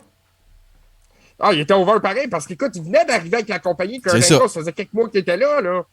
Tu sais, fait que toi, tu vas aller dire... Moi, il avait gagné tout ça. Ouais, tu vas aller dire, hey, j'avais 2 belts, mais il y a eu un triple threat, je les ai perdus dans un 2 de 3. Ah oui, contre qui ça? Jericho puis Chris Benoit. Ah, OK. Ça, il n'y a pas personne. Il n'y a pas personne qui va dire ouais, t'es bien weak. Non, il n'y a pas personne qui va dire ça. Hey, on s'approche du top, les boys. Number 2. Au numéro 2, Bret Hart contre Shawn Michaels, le Iron Man match de WrestleMania 12. Ça, encore une fois, c'est très, très dur de ne pas passer à côté. Je pense que l'histoire du combat, puis la légende qui vient avec le Screwjob qui a suivi plusieurs années plus tard. Ouais, évidemment. Ben, écoute, rend le combat encore plus mythique à WrestleMania 12. Je sais pas si vous en rendez compte, les gars, mais on est dans l'épisode 20. On est le 15 novembre, puis on n'a pas parlé du Screwjob. Ben là, moi, je viens de le faire. Tu vas dire c'est du Screwjob? Non. Ça n'a pas été dit? Non. Et maintenant, on arrive au top de la montagne de GC. Number 1. Hey, ça a été difficile, puis finalement, j'ai choisi Undertaker contre Shawn Michaels à WrestleMania 26. En 26, hein? OK. C'est important. Les mots sont importants. 26, parfait. Donc, c'est le deuxième. C'est la culmination de ça, là. C'est ça. Le premier était excellent à WrestleMania 25, mais le côté dramatique de la fin de la carrière de Shawn Michaels dans ce combat-là, puis c'était le main event, il faut le dire, là, il était le main event de WrestleMania ce soir-là. Ah ouais, ben là, c'est sûr que Vince n'était pas pour envoyer Shawn à la maison puis que ça soit pas le main event. Oublie ça, là. Oublie ça. Tu sais, Kevin Nash l'a raconté plein de fois dans des shows d'interviews sur Kayfabe, Commentaries, puis tout ça. Shawn Michaels avait le droit de faire ce qu'il voulait. C'était à ce point-là que Vince capotait sur son Shawn Michaels. Fait que là, je dis pas qu'à cette époque-là, c'était encore un trou de cul, là. Sauf que, tu sais, regarde, c'était clair. Tu sais, regarde, même affaire. Tu sais, comment je te dirais ça? C'était le sien. Shawn Michaels, là, c'était le sien. Il adorait Brett, il adorait Taker. Dieu sait combien de fois qu'il a rappelé Taker. Ouais, tu viendrais-tu m'en faire un dernier? Ouais, on va te donner 3-4 millions. OK, on va y aller, tu sais, mais Shawn, c'était le sien. T'sais. On se dirait qu'il le voyait dans sa soupe. Fait que c'était sûr qu'il était pour closer Mania. Ben écoute, mon cher JC, excellente liste. Moi, j'aime ça parce que JC, il n'y a pas notre âge. Puis il voit les Mania autrement que... Tu sais, c'est comme toi, t'as vu, mettons, Mania 7, t'avais 13 ans. Ben, tu sais, j'étais un peu plus vieux que toi, mais comment je te dirais ça? À cause de mon âge, je me suis plus intéressé aux vieux Mania que toi, c'est sûr. Puis tu sais que t'en sortais un pareil. J'aime ça parce que tu sors tout le temps des affaires... je suis un peu surpris qu'on n'ait pas eu du Cesaro, mais bon, là, ça, c'est... Il n'y a pas encore eu son match de WrestleMania. Non, c'est vrai, t'as raison. Son Mania Moment, il l'a pas eu. Hey, on continue ça avec notre ami Steve. Steve, ton top 10, WrestleMania. On commence à number 10. Numéro 10, les boys, je vais avec Ultimate Warrior contre Hulk Hogan à WrestleMania 6. Ah ouais, hein? Toi, t'en vas là tout de suite, toi, là. Moi, je m'en vais là tout de suite. Pourquoi? Parce que c'était un incontournable, puis c'était la première fois vraiment là, que Hulk, moi, que je le voyais perdre clean pin 1, 2, 3 dans le ring. Ouais, c'était huge. Il faut quand même dire de quoi par rapport à ça, avec le recul, OK? Je te parle pas avec mes yeux de petit gars de l'époque, là. C'est que la raison pourquoi ils ont donné la belt à Warrior, c'est parce qu'ils voulaient aller faire des films. Hein? Oubliez pas ça, là. Fait que, tu sais, si Hulk avait pas voulu aller faire whatever, nanny, machin, là, puis tout ça, là, ben, probablement que, tu sais, je dis pas que ça serait pas arrivé, parce qu'il était over en salle, le Warrior. Là. Quand il est arrivé, sa musique, il savait pas worker, mais la musique partait, il brossait les câbles, tout le monde capotait, puis il y a des catins partout. Mais faut juste pas oublier ça, mais écoute, il n'y a aucun doute, tu as 100% raison, c'est un combat important, puis il mérite de faire partie de n'importe quel top 10. Et on continue. Number 9. Numéro 9, je vais avec WrestleMania 17 pour un triple threat opposant les Hardys aux Dudleys à Edge et Christian. C'était un match. C'est un match de spot, hein. Là, on s'entend. Là, un ladder match, c'est un match de spot. Mais c'est qu'il était tellement débile, les spots, que j'ai pas le choix de l'inclure là. C'est comme, tu sais, ben, je veux pas brûler ma liste, mais tu sais, c'est la lutte, là, ma très humble opinion, tout est une question d'époque puis des yeux qui regardent. C'est-à-dire, tu regardes un combat de lutte des années 60, aujourd'hui, on va dire, ben ouais, non, il faut se donner des forearms dans le chest, puis des affaires là, puis ils se couchent à terre, puis ils ont l'air de grappler, puis tout. Mais tu sais, en 1960, si j'avais été vivant, puis j'avais eu 20 ans, j'aurais peut-être capoté là-dessus. C'est toute une affaire d'époque. Et ça, ben, c'est le TLC match de l'époque. Je veux dire, c'est ça qui a tout lancé le reste. C'est pour ça que Darby Allin, il se pitch sur le dos à terre. C'est pour ça, ça fait partie des raisons qui ont amené vers ça. Excellent choix. Et on continue. Number 8. Numéro 8, les gars, je vous emmène pas loin. Hein? Je vous emmène à WrestleMania 18. The Rock contre Hulk Hogan. Ouais, c'est un autre. C'était à Toronto, mais c'est vraiment pas passé à Toronto. C'est vraiment parce que pour la première fois, on vivait de quoi d'incroyable. La WWF te trompait. Bon, mais un instant. Parce que là, JC a dit que c'était à Toronto, puis toi, tu as dit c'est pas tellement à cause que c'est à Toronto. Ben, Toronto a un rôle majeur dans ce match-là. Je t'explique. Quand ils sont backstage en train de faire le setup du match, Hogan essaye de dire aux Bookers, puis à Vince, puis à tout le monde, je serai jamais heel à Toronto. Arrêtez ça. Je serai jamais heel à Toronto. Je vais être le face de ce match-là. Arrêtez de me casser les oreilles. Non. The Rock, il suit la ligne de la I. Non, c'est moi le face, c'est toi le heel. Tu pourras pas me mettre heel à Toronto. Arrêtez. Cassez-vous pas la tête. Arrêtez avec ça. Je vous le dis. Et il avait raison. C'est dans les rings qu'il a fallu qu'il call ce qu'on appelle un audible, là. Tu sais, ça marche pas, les gars. Changement de spot sur le... Changement d'alignement sur le spot. Puis là, ben, il a fallu que le ref, dans son oreillette, se fasse dire « OK, on switch ». Puis tout, puis là, ils lui ont dit. Puis là, ben, tout s'est passé dans le ring. Fait que, tu sais, de dire que Toronto n'a pas eu de... c'est majeur dans l'importance de comment ce match-là s'est déroulé. Et pense-y comme il faut. Si il garde Hogan heel puis Rock en face, c'est une pleure de banane, ce combat-là. Parce qu'il aurait été contre la crowd. Parce que la crowd, il cheerait pour Hogan. Il n'y avait rien à faire, là. Toronto, c'est Hogan Country. C'est drôle, hein? Sauf que... Dès les premières notes de musique, Martin. Dès les premières notes de la musique. Gros pop. Mais c'est drôle que tu dises ça parce que quand... c'était très mitigé quand c'était Warrior Hogan à Toronto. Oui. Les deux ont un gros pop. Sauf que l'autre affaire qu'il faut dire qui est important du combat numéro 6, si on met tout ça en perspective, là, Hogan 12 ans plus tard à Toronto, c'est que à Mania, pour un main event, c'est la première fois que tu avais face contre face. Ça s'était jamais fait. Aussi. Avec deux titres. On avait aussi 12 ans qui séparaient. Tu avais le monde qui était là, qui rendait hommage aussi à Hogan. Ben oui, c'est sûr, c'était ça. Sauf que, tu sais, ce qui a passé pour être vraiment prétentieux de Hogan backstage, c'est avéré vrai. Fait que, écoute, c'est pour ça que tu peux pas tasser Hogan, tu sais, même si tu dis que c'était pas un grand worker, puis, ben regarde, il n'y a rien à faire, là. C'était huge. Ces deux gros combats à Toronto, ils les ont perdus. Cling. Oui, tout à fait. Tu as bien raison. C'est vrai. Allez, on continue. On était à numéro 8, on s'en va à 7, hein, c'est ça? 7. Oui. Number 7. Mon numéro 7, les boys, Razor Ramon contre Shawn Michaels, ladder match à WrestleMania 10.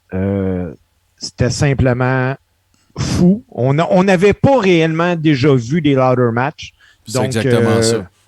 Eux autres nous en servent un. Puis pourtant, moi, je vous invite à le regarder aujourd'hui. Vous allez faire comme OK, c'est correct. C'est ça. Ouais, mais encore là, c'est comme je dis tout le temps, c'est important de se rappeler qu'on a regardé ça avec nos yeux de 1995. Fait que, tu sais, faut pas tomber dans le panneau de dire, tu sais, c'est comme, tu sais, Maurice Richard, il était moins bon que Wayne Gretzky. Ta gueule, il y avait une palette drette, là. Tu sais, je veux dire, à un moment donné, les circonstances n'étaient pas pareilles, là, tu sais, mais, non, tu sais, tantôt, je faisais, puis je faisais allusion aux époques, ben, tu sais, regarde, il y a eu TLC de Edge Christian puis toute la gang. Ben, t'as le ladder match de Sean puis Razor, ben, c'est le ladder match de cette ère-là. Puis ça a contribué à mettre encore plus Brett en crise parce que c'est Brett qui a amené la première fois l'idée de faire un ladder match à l'AI. Puis c'est Shawn Michaels qui l'a fait à Mania 10, puis on en parle encore. Fait que ça avec, vous pouvez mettre ça dans le panier de Hostie de Shawn Michaels en marde. Fait que on continue ça. Number 6. Mon numéro 6, les boys, je vais vous l'expliquer avant parce que vous vous souvenez même pas de ce match-là, je vous le garantis. Veux-tu gager? C'est c'est le premier match de lutte que je me souviens avoir vu autre que de la lutte québécoise, là. Vraiment que j'étais assis devant la TV puis j'ai fait « Wow! » J'avais 9 ans, c'est WrestleMania 1, c'est US Express contre Nikolai Volkov puis Aaron Sheik. Ben ouais, moi je me rappelle très très bien de ça. J'ai vu. Ben ouais, puis c'était Rotundo puis Danny Spivey contre eux autres. Non, c'était Barry Windham. T'es sûr? Oui, c'est Barry Windham puis Rotundo. OK, parce qu'à WrestleMania 1, en fait, ça, c'est un bon point que tu amènes, c'est que si tu penses à autre chose que le main event de WrestleMania 1, là, c'est un house show. Ah, ben oui. Vraiment, là, c'est un house show. Il y avait des jobbers. Ah ouais, c'est ça. T'avais R.J. Jones, je me souviens plus trop de son prénom, tu sais, contre Jake. Non, ça, c'était à 2. Mais à 1, écoute, il y avait des... Ben écoute, écoute-moi bien, là, t'avais Playboy Buddy Rose avec les bottes d'un autre gars, tu sais. Qui s'appelait... tu sais, je veux dire, c'était un house show, là, avec Hogan, Mr. T, puis la bastringue à la fin, la titre, là. Mais non, c'est un excellent choix. Et là, ben, on arrive à mi-chemin. Number 5. Numéro 5, on en parle souvent de ce match-là, les boys. C'est WrestleMania 10, Bret Hart contre Owen Hart. Le meilleur premier match de l'histoire de WrestleMania. Meilleur opener, ils le battront jamais. Tout était là. Tout était là. Tout était là. Tout. Les gars sont pas cassés à la gueule comme des malades dans le ring. Ils ont juste rendu un produit parfait. Oui, absolument. C'est le meilleur, mais un des meilleurs mélanges de lutte technique et storytelling / artistique que moi j'ai vu. Il y a rien de pas correct. T'as beau chercher un micro-botch, il n'y en a pas. C'est vraiment du grand art de sports entertainment, là.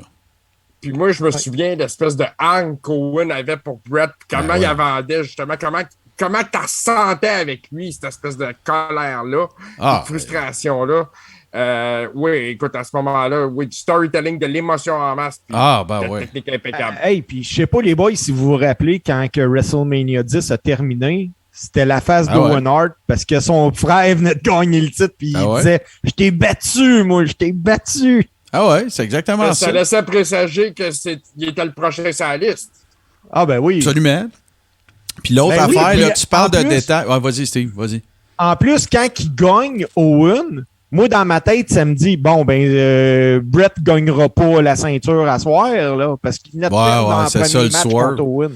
Mais tu sais, on parle de détails, tu sais, que souvent, tout est un détail. Rappelez-vous, dans les premiers spots, là, dès qu'il se touche, c'est quand il y a le lock-up, là, collar and elbow, puis là, Owen, il fait un arm drag à Brett, puis là, Brett, il se relève debout, puis il regarde son frère, on va dire, OK, t'es pas payé. Tous ces petits détails-là, là, ça, c'est tous des petits détails, mais ça contribue à toute la storyline que tu te fais présenter dans ce combat-là. Là, il y en a qui vont dire, voilà, vous capotez. Non, c'est ça l'art de ça. C'est ça. C'est ça qui fait que Brett, il est Brett, puis que Sean Stasiak, on s'en calisse. C'est ça. Non, mais c'est exactement ça. Puis Brett avait pas la shape de Sean Stasiak. Il était pas aussi beau. C'était un beau bonhomme, mais c'était pas la même affaire. Mais juste, je me rappelle, il se replace le coude, là. Il se replace son elbow pad, puis il regarde son frère, puis OK, en voulant dire OK, ça va être un combat, là. C'est tous ces petits détails-là qui te font réagir ici, puis réagir là, puis tout le kit. Puis quand Owen, il veut aller chercher du heat, après qu'il a fait le arm drag, il lève le bras dans les airs. Yeah! C'est tous ces petits détails-là. Si t'en fais pas assez, ça fait pas ça. Si t'en fais trop, ça fait pas ça. C'est parfait. C'est un combat parfait. Tant qu'à moi, là, c'est vraiment... Tu sais, ça dure pas 45 minutes. Il n'y a pas 75 false finish. Tu sais, là, c'est vraiment de toute beauté. Fait qu'on continue ça, mon Steve. Je suis en train de geeker out ben raide, ce combat-là. Number 4. Numéro 4, les boys, WrestleMania 12. Shawn Michaels contre Bret Hart. Je pense que c'est incontournable. Ouais. Le match le plus long de l'histoire des WrestleMania. Ben ouais. Mais le vrai... Tu sais, mon opinion, là, JC, je ne sais pas si tu vas être d'accord avec moi, mais le vrai tour de force, il n'y a personne qui s'est posé la question... Ben, peut-être aujourd'hui. À l'époque, oui, là, c'est sûr. Mais il n'y a personne qui aurait dû se poser la question Brett puis Shawn peuvent-tu faire 1 heure? Non. Le vrai tour de force, c'est Pat Patterson d'avoir convaincu Vince de mettre un combat d'1 heure à Mania. C'est ça, vraiment, le vrai tour de force. Parce que moi, je suis convaincu qu'aujourd'hui, je te parle pas à l'époque, on était des ticus, mais tu sais, est-ce que sont capables de charrier un combat d'1 heure, ces deux gars-là? Ben oui, voyons. Aucun doute là-dessus. Puis de ne pas avoir perdu le fil de la storyline pendant 1 heure. En plus, n'oubliez pas, il y avait un spot de timer là-dedans. Là. Tu sais, c'était pas juste une affaire de non, fallait que... Puis là, fait que non, c'est vraiment... c'est du grand art. Moi, faites pas le saut, je vais vous divulgacher quelque chose. Ce combat-là, il n'est pas dans mon top 10. Parce que, oui, ils ont réussi, mais moi, j'ai trouvé ça trop long. Comme fan... C'était long, puis... Moi, là, je l'ai déjà compté. J'en ai fait des matchs comme ça. Là, ou des one-hour Broadway ou des affaires comme ça. Oui, ben moi, j'en ai fait puis avec un gars qui s'appelait Ice. Puis on avait été... C'est JC qui était là puis qui calait le temps, justement. Puis on avait été le voir puis on lui avait dit « Tu vas transformer les 4 minutes en 5 minutes puis des bébelles de même parce qu'on n'avait pas un compteur comme eux autres. » Parce qu'eux autres, ils ont réellement fait 1 heure. Là. Oui, absolument. C'est une vraie heure. Puis en fait, c'est plus qu'1 heure. Quand honnêtement, de cloche à cloche, c'est un peu plus qu'1 heure. Là. On a fini sur un timer spot ce soir-là. Oui, parce que moi, je me rappelle même que d'en faire un à un moment donné, puis de dire au ref, hey, il nous reste combien de temps? Puis il me dit quelque chose comme, il y a 23 minutes de fête, puis tu dis, tabarnak! Il reste l'ouvrage. Il en reste encore 3 fois ça, tu sais. Il reste l'ouvrage, mon pit. mais regarde, là, moi, je vous le dis tout de suite, là, il n'y aura pas ce match-là dans mon top 10, sauf que je respecte ce match-là, mais pour mon goût à moi, pour mes capacités d'attention, tout ça, 1 heure, c'est trop long. Mais je respecte au bout de ce match-là. C'est un milestone de WrestleMania. Ça, il n'y a aucun doute là-dessus. On arrive à numéro 3, je pense. Hein? Oui. OK. Number 3. Mon numéro 3, les boys, on s'en va à WrestleMania 3. Ricky the Dragon Steamboat contre Macho Man.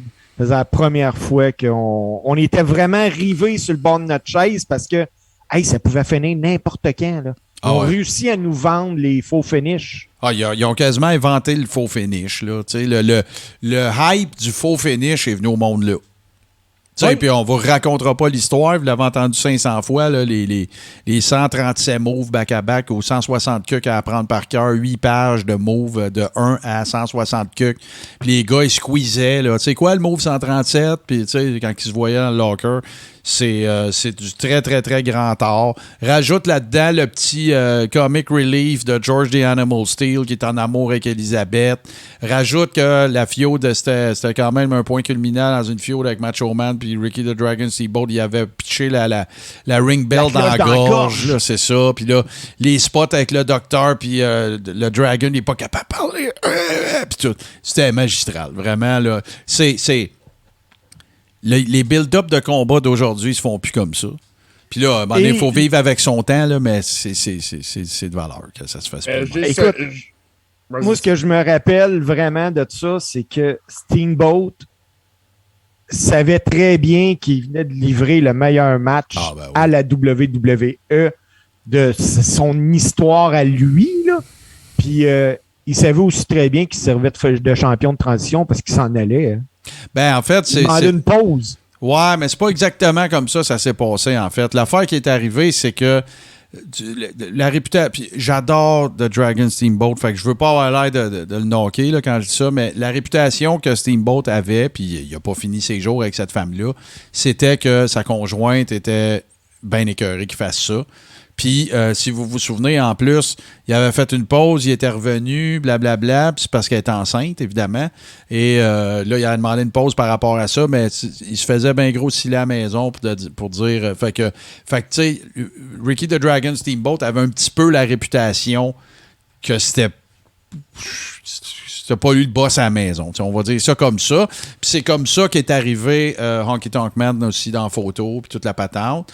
Et c'est comme ça que, écoute, ça va avoir donné, en fait... C'est drôle, hein, parce que il l'a gagné de Macho Man, qui était le plus longest reigning avant. Là, il l'a donné à Steamboat. Steamboat s'est en allé. Puis après ça, ils l'ont donné à Honky Tonk Man, qui l'a battu d'une 30aine de jours. Parce qu'à ce jour, c'est encore lui qui a eu la belt le plus longtemps, la ceinture intercontinentale. Puis tu sais, oubliez pas une affaire, là. Tu sais, quand Brett l'a gagné, c'était big. Quand Rick Rude l'a eu, c'était big. Kurt Hennig l'a eu, c'était big. T'sais, ça a toujours été la ceinture des workers, ça. Ça a toujours été la ceinture du workhorse. C'était pas la... Puis souvent, c'était le tremplin pour t'amener à World Belt aussi. T'sais. Mais pas toujours. T'sais. Rick Rude, je pense pas qu'il ait jamais été pressenti pour avoir la belt à WWE, du moins. Mais tu sais, à cette époque-là aussi, c'était ça. Fait que moi, j'adore Honky Tonk Man. Je m'en cache pas. Là. Je l'ai toujours dit. Fait que c'était quand même quelque chose. Là. Oui, dans les bonnes rivalités de lutte que je me souviens, c'est Greg Valentine contre Dito Santana, puis c'était pour la IC Belt. Absolument, absolument. Tout à fait. On continue ça, on s'approche au number 2. Ah, je vais le refaire. Number 2. Numéro 2, c'est un choix que JC a nommé, mais moi, ça va être WrestleMania 25, Shawn Michaels contre Undertaker. Le premier. T'sais, oui, ben, les premiers, c'est tout le temps meilleur que les deuxièmes. Puis celui-là était meilleur. Tu sais, je pense réellement que c'est un des meilleurs matchs, mais je pouvais pas le placer en numéro 1, puis vous allez voir pourquoi. Ben ouais, c'est sûr. Moi, j'ai déjà un furling de où est-ce qu'on s'en va. Number 1. Number 1, les boys. Martin, je vais juste te le confirmer. Dans le fond, on est encore à WrestleMania 3. C'est Andre contre Hulk Hogan. Ça a été le match de lutte sûrement qui se fait encore parler aujourd'hui. Puis, tu sais, c'est pas un match incroyable, mais c'est la signification qu'il y avait qui fait de ce match-là qui rentre à ma première position. Tu sais, pour mettre ça en perspective, là, puis je veux pas t'enlever les mots de la bouche, je vais te dire pourquoi moi je le considère très important, ce combat-là. C'est parce que les gens qui ont commencé à écouter la lutte, mettons, ou que leurs premiers souvenirs de lutte partent à Mania, ils comprendront pas pourquoi c'est aussi important, parce qu'ils ont connu Hogan over bien plus qu'Andre. Andre, c'est une attraction, tout ça. Sauf que l'affaire qu'il faut que vous sachiez, c'est que à cette époque-là, c'est en 85, ça fait déjà 10 ans qu'Andre the Giant, c'est la main attraction partout où il va dans le monde de la lutte, peut-être même un petit peu avant ça. Fait que c'était vraiment la passation du pouvoir, la passation du flambeau. Puis c'était quelque chose que Andre the Giant dise. Oui, Hogan va être over sur moi. C'est sûr, il était blessé, il y avait un corset, écoute, il avait de la difficulté à marcher. C'est vraiment quelque chose qu'il a fait pour la business. Puis, jusqu'à ce qu'il soit dans le ring, Hogan ne savait pas si André accepterait de le mettre over ou pas. Ben, moi, là, j'avais entendu, il m'a donné une entrevue, puis écoute, ça reste à confirmer, là. À WrestleMania 3, il y avait des buggés qui amenaient les lutteurs, là. Puis il y en a dans une entrevue, j'avais entendu que, écoute, ça c'était à cause d'Andre parce qu'il savait qu'il n'était pas en condition pour me faire cette marche-là jusqu'au ring. Ah ben moi, ça se peut que quelqu'un ait déjà dit ça, mais moi, ce que j'ai lu et entendu à plusieurs reprises, c'était juste parce que le Superdome, c'était trop long. Là. Le show aurait duré 1 heure de plus à les faire marcher. Là. Hey, même la raide de bugger, c'était long. Ouais. Fait qu'imagine-toi à pied, tu sais. Je veux dire, écoute. Là, moi, ça, les gars, je l'ai vu là, à l'entrée de l'Undertaker à WrestleMania 30. Celui que les Hardy Boys font leur retour. Ouais. Là, Taker fait la finale contre Roman. Sa marche était tellement slow à Taker qu'ils l'ont emmené à moitié de la rampe pour commencer à le faire marcher. Ah, c'était trop long, ça. Je m'en rappelle. Moi, j'ai trouvé ça trop long. J'ai vraiment trouvé ça trop long. Et Martin, j'ai juste avant de terminer, j'ai une petite mention honorable. Non, c'est après. C'est après. Ah, c'est après. C'est après les mentions honorables, absolument. Fait que je vais commencer. Je vais dire mes numéros. Alors, voici. Number 10. Ben, moi, j'ai pas le choix de commencer par WrestleMania 6. Et Hogan. Fait que moi, ça va être super rapide parce qu'il y en a plusieurs que vous avez déjà nommés, peut-être sauf un, je dirais. Mais c'est évidemment, là, on se répétera pas, c'est Hogan contre Ultimate Warrior. Pourquoi? Parce que je suis aussi au pic de mon fandom à l'époque. Là, je veux dire, je suis en secondaire 5. Je me rappelle, je l'ai déjà compté dans le show, j'avais loué à cassette avec mon chum Martin Poirier. Puis on avait écouté ça. Là, c'est mon premier gros méga full débile pop émotif de kid qui commence à comprendre un peu la lutte puis tout, là.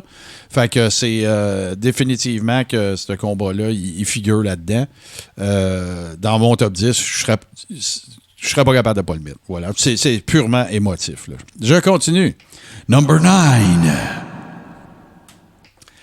Mon numéro 9 n'a pas été nommé. Et j'en suis très content parce que c'est rare qu'à WWE, comment je dirais ça, je vais vraiment... comment est-ce que je pourrais dire ça? C'est rare que la WWE me fait littéralement tomber sur le cul, mettons, avec un spot. Puis celui-là, c'en est un que j'ai... La gueule m'a décroché. C'est WrestleMania 19, Kurt Angle contre Brock Lesnar, qui essaye le Shooting Star Press. Écoute, tu sais, on savait qu'on avait affaire à un freak avec Brock Lesnar, mais là, on l'a vu, là. Hey, le gars, il a fini le combat commotionné, esti, là. OK? Ouais, c'était weird à regarder, là, on s'entend, mais tu sais, déjà, juste se tenir debout.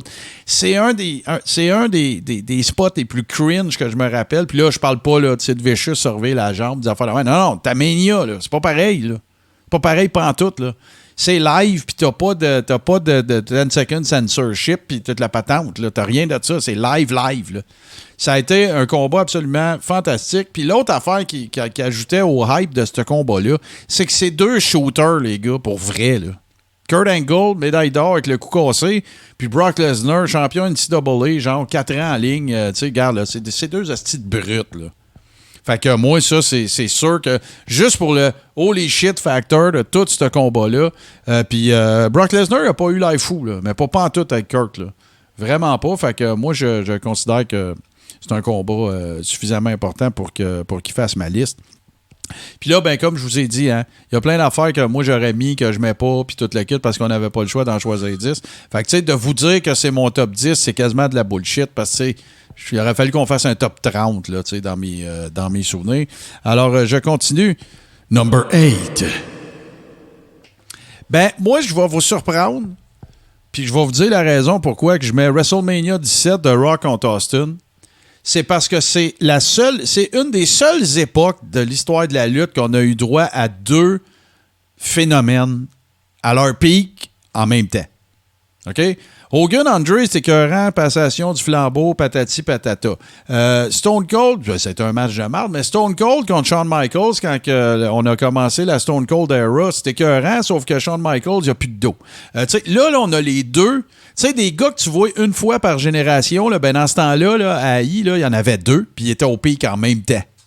Et ça, c'est très rare. Est-ce que ça a donné lieu au match de l'histoire de l'humanité? Non. Moi, je vous parle plus de la signification du combat. Et oui, c'est l'espèce de heel turn de Steve Austin qui collabore avec Vince McMahon à la fin, puis ça fait un petit peu pas longtemps après, parce que là, il dit « Holy shit, qu'est-ce qu'on vient de faire là? On vient de faire un heel turn à Stone Cold. » Mais il y a eu un autre gros holy shit factor qui n'est pas négligeable, selon moi, assez, en tout cas, pour que ça puisse en faire un top 10. Alors, voilà, c'est mon numéro 8. Number 7. Ben, moi, je vais faire numéro 7 puis numéro 6 en même temps parce que je les considère comme un peu égales, mais le prochain va être numéro 5. Là. Il n'y aura pas de trichage, là, j'en dirai pas 11. OK?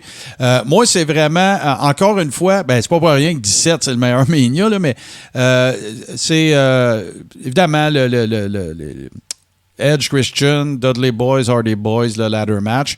Mais je mets sur un pied d'égalité, donc il y aurait pu être 6, il y aurait pu être 7. C'est WrestleMania 10, Razor et Shawn Michaels.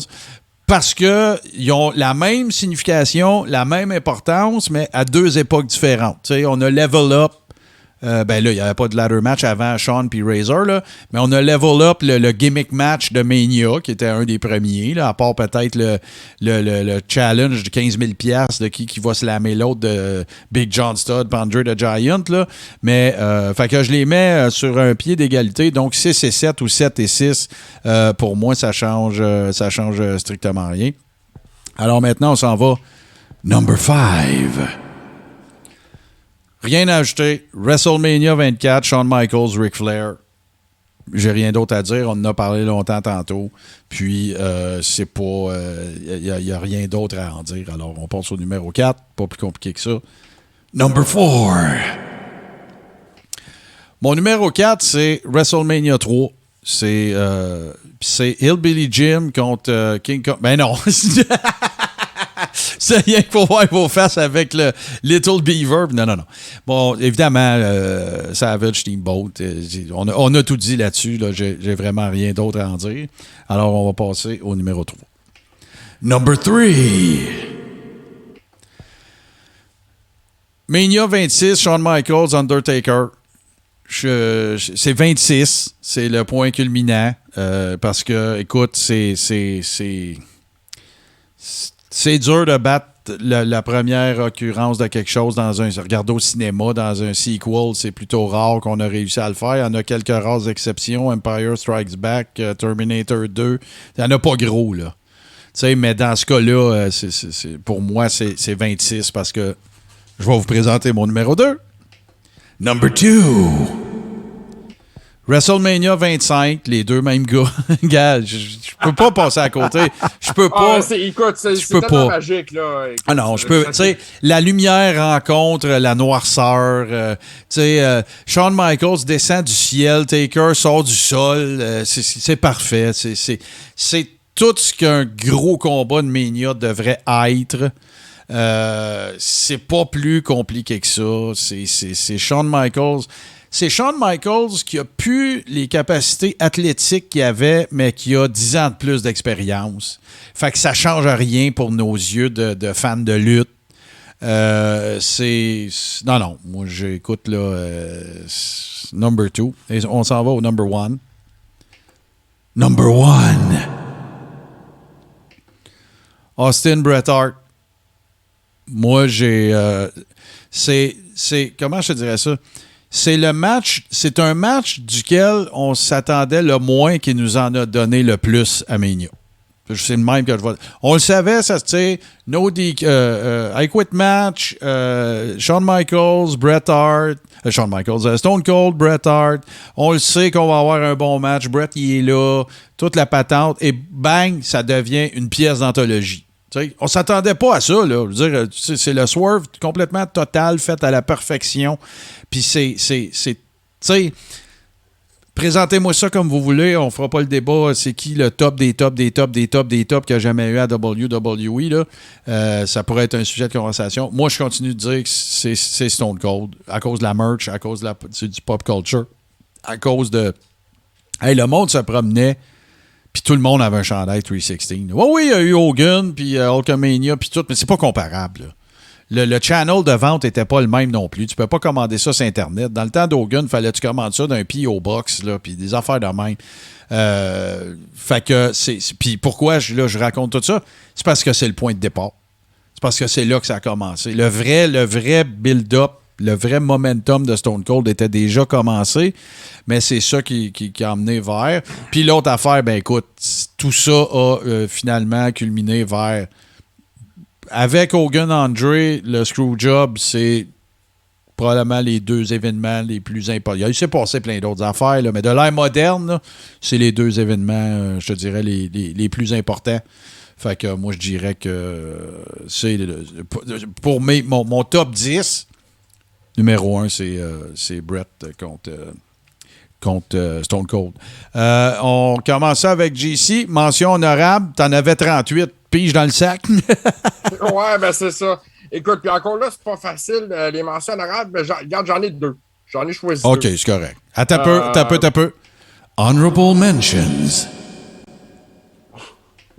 OK, donc, mention honorable au numéro 2, je vais avec Mickie James contre Trish Stratus à WrestleMania 22. Le combat des French, puis du V-Sign, puis tout ça, là? Oui, parce que ce combat-là m'écoeure assez pour que je le trouve bon. OK, je comprends rien, mais t'as le doigt. Je suis pas un fan de Mickie James, justement, mais je sais pas, moi, ce combat-là, il a transcendé de quoi dans cette histoire-là. Puis, ouais, peut-être que c'est la vulgarité de tout ce que ça a exposé, justement. Je sais pas, mais j'ai décidé de le mettre là. Bon, parfait, t'as le doigt. C'était mention honorable. T'as pas vu l'autre. Vas-y. Mais il était pas dans le top 10. Écoute, on s'en va à WrestleMania 11, un combat de soumission arbitré par Roddy Piper entre Bret Hart et Bob Backlund. Mais, JC, il faut qu'on se parle, là. T'as vraiment trippé ce combat-là, c'était merdique. J'ai aimé ça, moi, ce combat-là. Bob Backlund, il était même pas... Bob Backlund se fait coller son spot, on s'en va à la maison, il est même pas capable de dire « yes ». Il fait juste faire... Écoute, il fait juste crier. Je te parle du souvenir, j'ai pas revu le combat OK, tu devrais le rechecker. OK, c'est pour ça. Tu vas déchanter en esti. J'ai décidé de mettre de l'émotion dans les mentions honorables. Mais c'est ça, c'était ces deux-là. J'en avais d'autres aussi. Puis que... c'est ça, on va passer à Non, mais 2, c'est correct. Là. C'est pas... Écoute, moi, j'ai zéro jugement. C'est ta liste. Hein? Tu fais ce que tu veux. Puis, écoute, on va t'écœurer pendant des mois. Mais... Bret Hart, j'aimais ça. Ouais. Je l'ai écouté souvent, ce combat-là, quand j'étais jeune. Je le trouvais bon, moi. Bon, ben, réécoute-le et on s'en reparle. Comment tu dis ça, Steve? Il a le doigt, JC. Ben oui, il a le doigt. C'est ça que je vais faire, me le réécouter cette semaine. Là. Ouais. Je t'en reparle la semaine prochaine. Bon, parfait. On passe à Steve pour Honorable Mentions. Écoutez, les boys, moi, c'est bien simple. Puis en plus, après, il va falloir que je quitte assez rapidement. Bret Hart contre Steve Austin dans le double turn. Ça, j'ai pas le choix. Puis, ma deuxième mention honorable, j'ai passé proche de le mettre. J'y ai tellement pensé. Puis finalement, j'ai juste pas trouvé de place. Tu sais. WrestleMania 30, Undertaker, Brock Lesnar, parce que toute bonne chose a eu une fin. Ben ouais, c'est ça. Je vais faire ça rapide parce qu'il faut que tu partes, Steve, mais voici, je vous fais mes 2 Honorable Mentions. La fin de la streak, parce que là, tu parles de mon choix qui décroche, c'est dur à côté. Puis mon autre mention honorable, c'est un bon petit combat que je trouve qui est overlooked dans toute l'histoire de Mania. C'est WrestleMania 8, Piper, Bret Hart pour la IC Belt. Beau petit combat. J'ai fait un watch-along de ça pour ceux qui sont les membres de notre plateforme Patreon. Il y a un watch-along de ce combat-là que j'avais fait à l'époque avec Toto. On le regarde ensemble, pas mal intéressant. Et ça faisait la démonstration que Piper pouvait worker. C'était pas juste un brawler qui soignait les bras puis tout le kit. Fait que voilà. C'est avant ou après que Jacques Rougeau a gagné l'Ice Belt? Et c'est Piper qui l'avait repris de Rougeau. OK, c'est ça. Exactement. Exactement ça. Hey, on a des machines ici. Hey, les amis, il va se passer quelque chose parce que là, si vous nous écoutez en podcast, il va se passer une affaire. Puis si vous êtes en train de nous regarder en live sur Facebook, il va se passer une autre affaire. Pour ceux qui sont en live sur Facebook, on va faire une courte pause parce que ça va être le segment Les 2 tunes, mais on ne fera pas jouer ça sur Facebook, des raisons évidentes. Et pour ceux qui nous écoutent en podcast, on revient tout de suite après ceci, c'est-à-dire les 2 tunes qui vont être des surprises.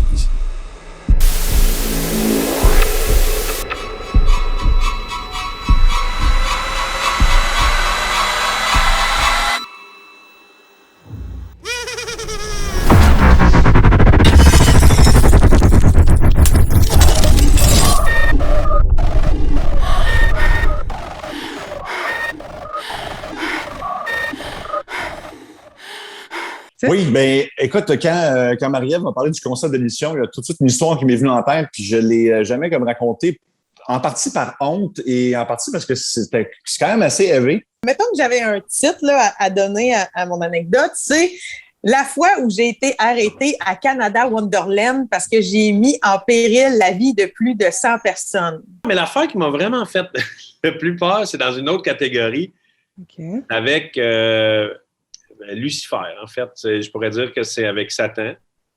Attends là. Puis techniquement, comme le grabbing de la cuisse, ça a fonctionné parce que vous n'êtes pas mort, techniquement. Oui, mais ce qui aurait été épouvantable, c'est de vivre ça, que la dernière chose que je vis en tant qu'humain, c'est de tenter la cuisse de Mario Grenier. Ça, c'est très triste.